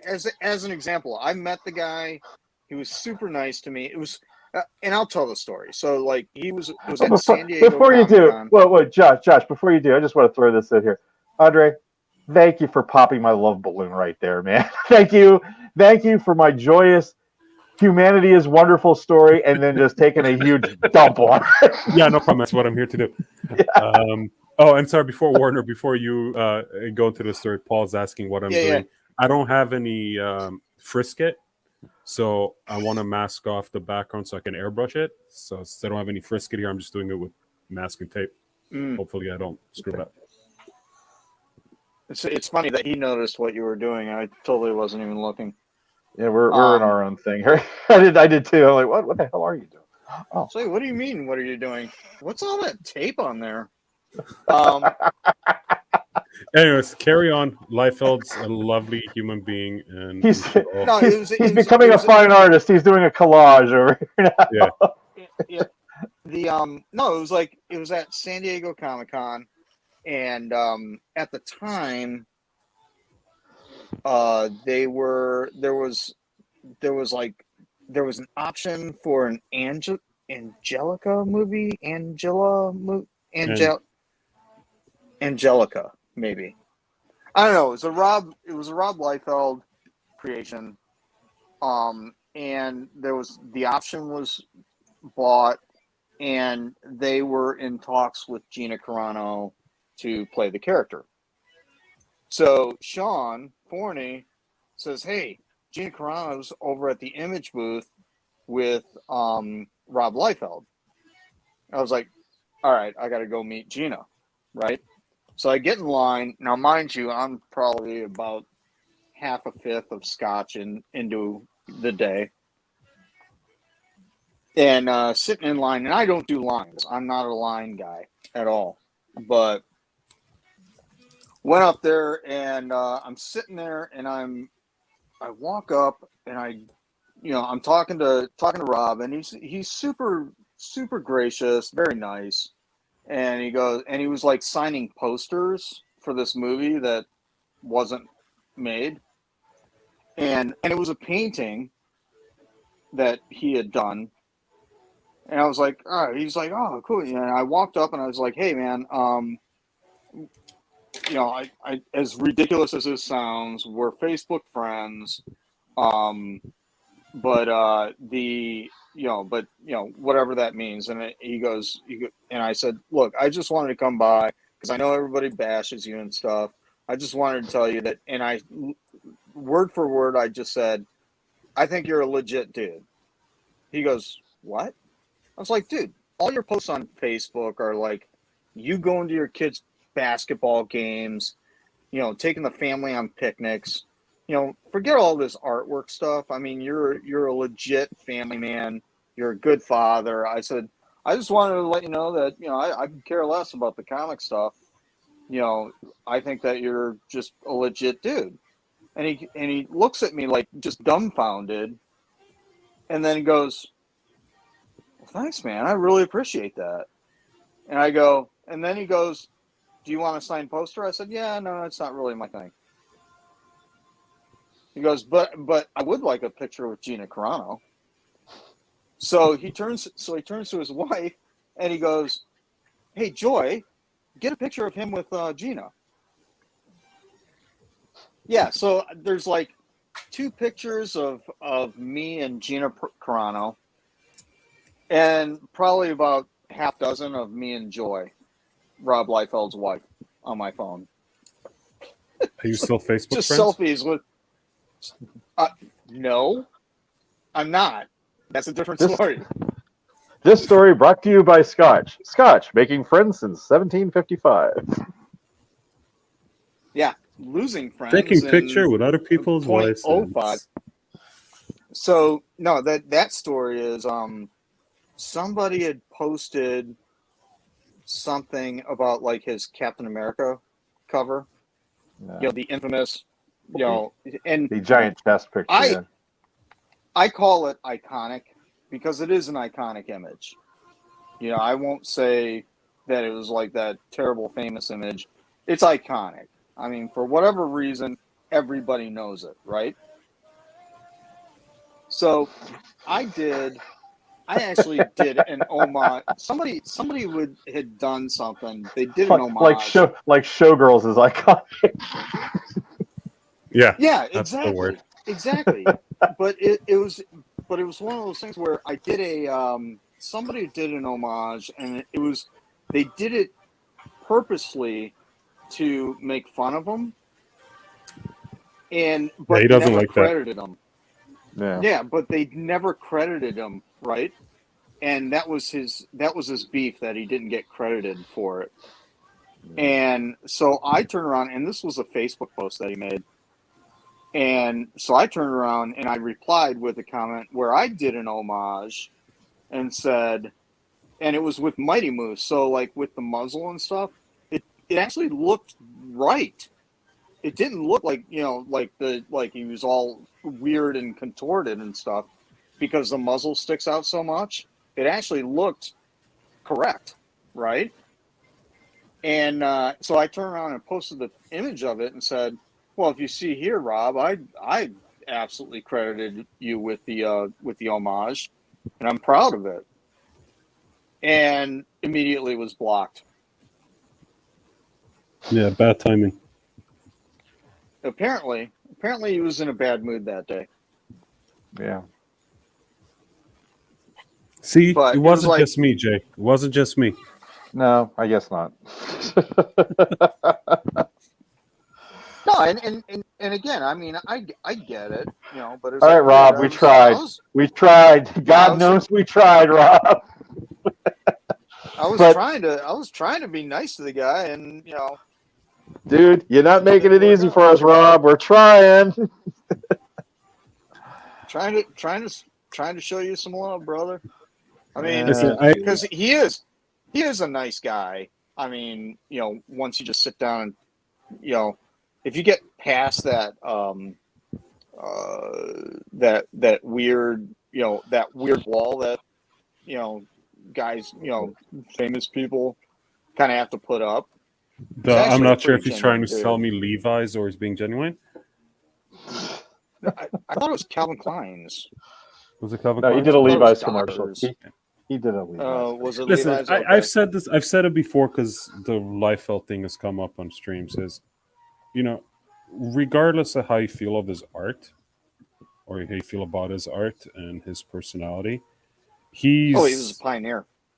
He's a pioneer, and he's influenced the comic book industry just as much Absolutely. as McFarlane Jim Lee. and Jim Lee. Yep, hands down, Yeah. absolutely. Eric Larson, So, that whole crew. Like they said in Zoolander, I don't listen to his music, but he's made it, and I respect that. Never saw that movie. I don't know how to respond to that. Yeah, I don't either. Like, I'm just like leaning back now, checking out looking at gore. Dear Lord, dude. thank you. Yeah, this tape masking job not fucking working. No. I don't know if I can't cut in an angle, but I also realized that it's almost 8:00 Yeah. here, so I should probably get So. my ass home. Is it go time? Oh, I thought you did this. I thought you do this from home. No, I live in the middle of the woods, and I don't really have proper internet there, so I do it from my office, which is not at home. Too busy chasing off the Wendigos. Yeah. But yeah, I think I'm gonna call it. Oh, and Paul's out too. Yeah, I kind of want to get going too. Well, there you go. It's serendipitous. Yeah. Did you see that movie? Ooh, soccer game. I did, a long time ago. Okay. Who's the female lead in that? Was it Kate Beckinsale?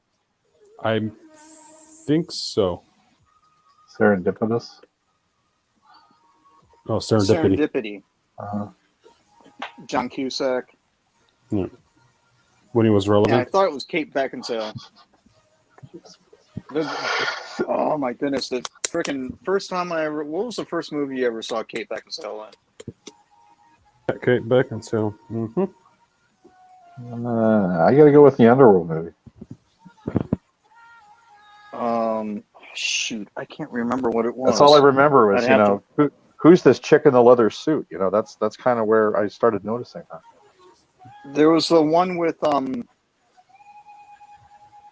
I can't remember that actress's name. The one that's in that the Showtime show, the anti-terrorist one. Homeland.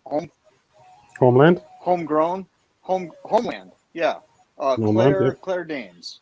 It was a Claire Danes movie, and Kate Beckinsale was in it, and they were two girls that got busted with a bunch of drugs.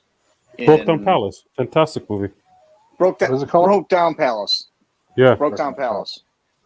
They're in like Great Beijing movie. or somewhere in Asia, and they get busted with drugs, right? Is that the one? Yeah, it was like, or Singapore or Malaysia or Indonesia or it's something. But yeah, they get busted with drugs, and like they were like just hanging out, having a good time. They were like young college girls, and some drug guy left a bunch of drugs, where at their rental or something. And they got raided. And great movie. Oh my goodness, what a great movie. It's one of those countries where they basically send a death sentence for drugs, but yep. But yeah, that was the first thing I ever saw her in. Okay. Well, on that note, Kate Beckinsale is quite lovely. Yes, she is. She is. Oh, have you guys just real quick? Have you ever seen that thing on the was it you got those video things that pop up on your Facebook or whatever, and you got the Graham Norton clips? No. So it's Graham Norton, Kate Beckinsale or Graham Norton? Yeah, Kate Beckinsale and Graham Norton. She's talking about like a prank that she pulled on somebody where she took like I don't know who it was, but she basically took the the chocolates from the hotel and like slipped them in between somebody's butt cheeks when they were sleeping. Oh my God. Oh dear Lord. A great story. Great story. Jiminies. Wow. Anyways, I guess on that note, I'm gonna go get some chocolates. Some Andes minty. Well, Jay, are you doing another stream anytime early in the week, Dre? Not planned. Okay. But if I do, I will let you know. Please do. Please do. I can't plan in advance most days now. Just too busy at work. So Friday afternoons are a safe time. At one time, well, actually, you'd mentioned this before. When I do a live feed of myself, I'm not very technically versed. What I did was I just fired up the camera and just went go live. Mm-hmm. What I need to know, I'd love to tag you on it and see if I can pull you into it, unless I need like specific equipment to do so, because I might do another live stream again this week. No, if you do it through the Facebook, you can do that. You can. Yeah, you can add people. Yeah, because that's how I generally do the streams with Dre on during the week. So I'm gonna try to do that. I will try to do that and get you guys on. Yeah, I use StreamYard because it goes to. I think you can do one or two people on just Facebook, but I use StreamYard because it does YouTube, Facebook, and Twitch at the same time. Okay. But yeah, you can just natively stream too. Okay. Wherever you want. All righty. Well, I'm kind of about ready to call it here on Sabertooth anyway, and say I think it's kind of ready to go. Looks great, man. Thank you very much. A lot. I likes it too. I like Gore too. Oh my God, you got a lot of depth to that face, man. Thanks. Sweet Jesus. So that's why I got to redo the background, because it's a little too much detail in the face for just to watch. I kind of actually like the background with it now, just because it's so dark, but yet it kind of works because it really makes the highlights pop on them. Yeah, it really it's not the darkness. It's just it's hard to tell in the video, but it's very rough. Like you can see all the brushstrokes. Oh, I see. That's what I don't like. It's not the color I'm fine with, so I'm just going to airbrush it to get it smooth, and that's it. Maybe do some lightning because Thor. Yeah, there you go. I don't know. I like Babe. I don't know. Yeah, let's get a good look at a good look at Peter Baker. Yeah, I love him. I love him. Yeah, I loves it. It's great. And then the left side of his face is going to be masked, right? yeah. It's going to be that old school Peter Parker Spider sense where his face is split in half, and it's got the Spider-Man face. And the weird little tingle waves coming off of it. Exactly. Yeah, and that's going in there as well. Yeah. Cool. Awesome. Guys, thanks so much.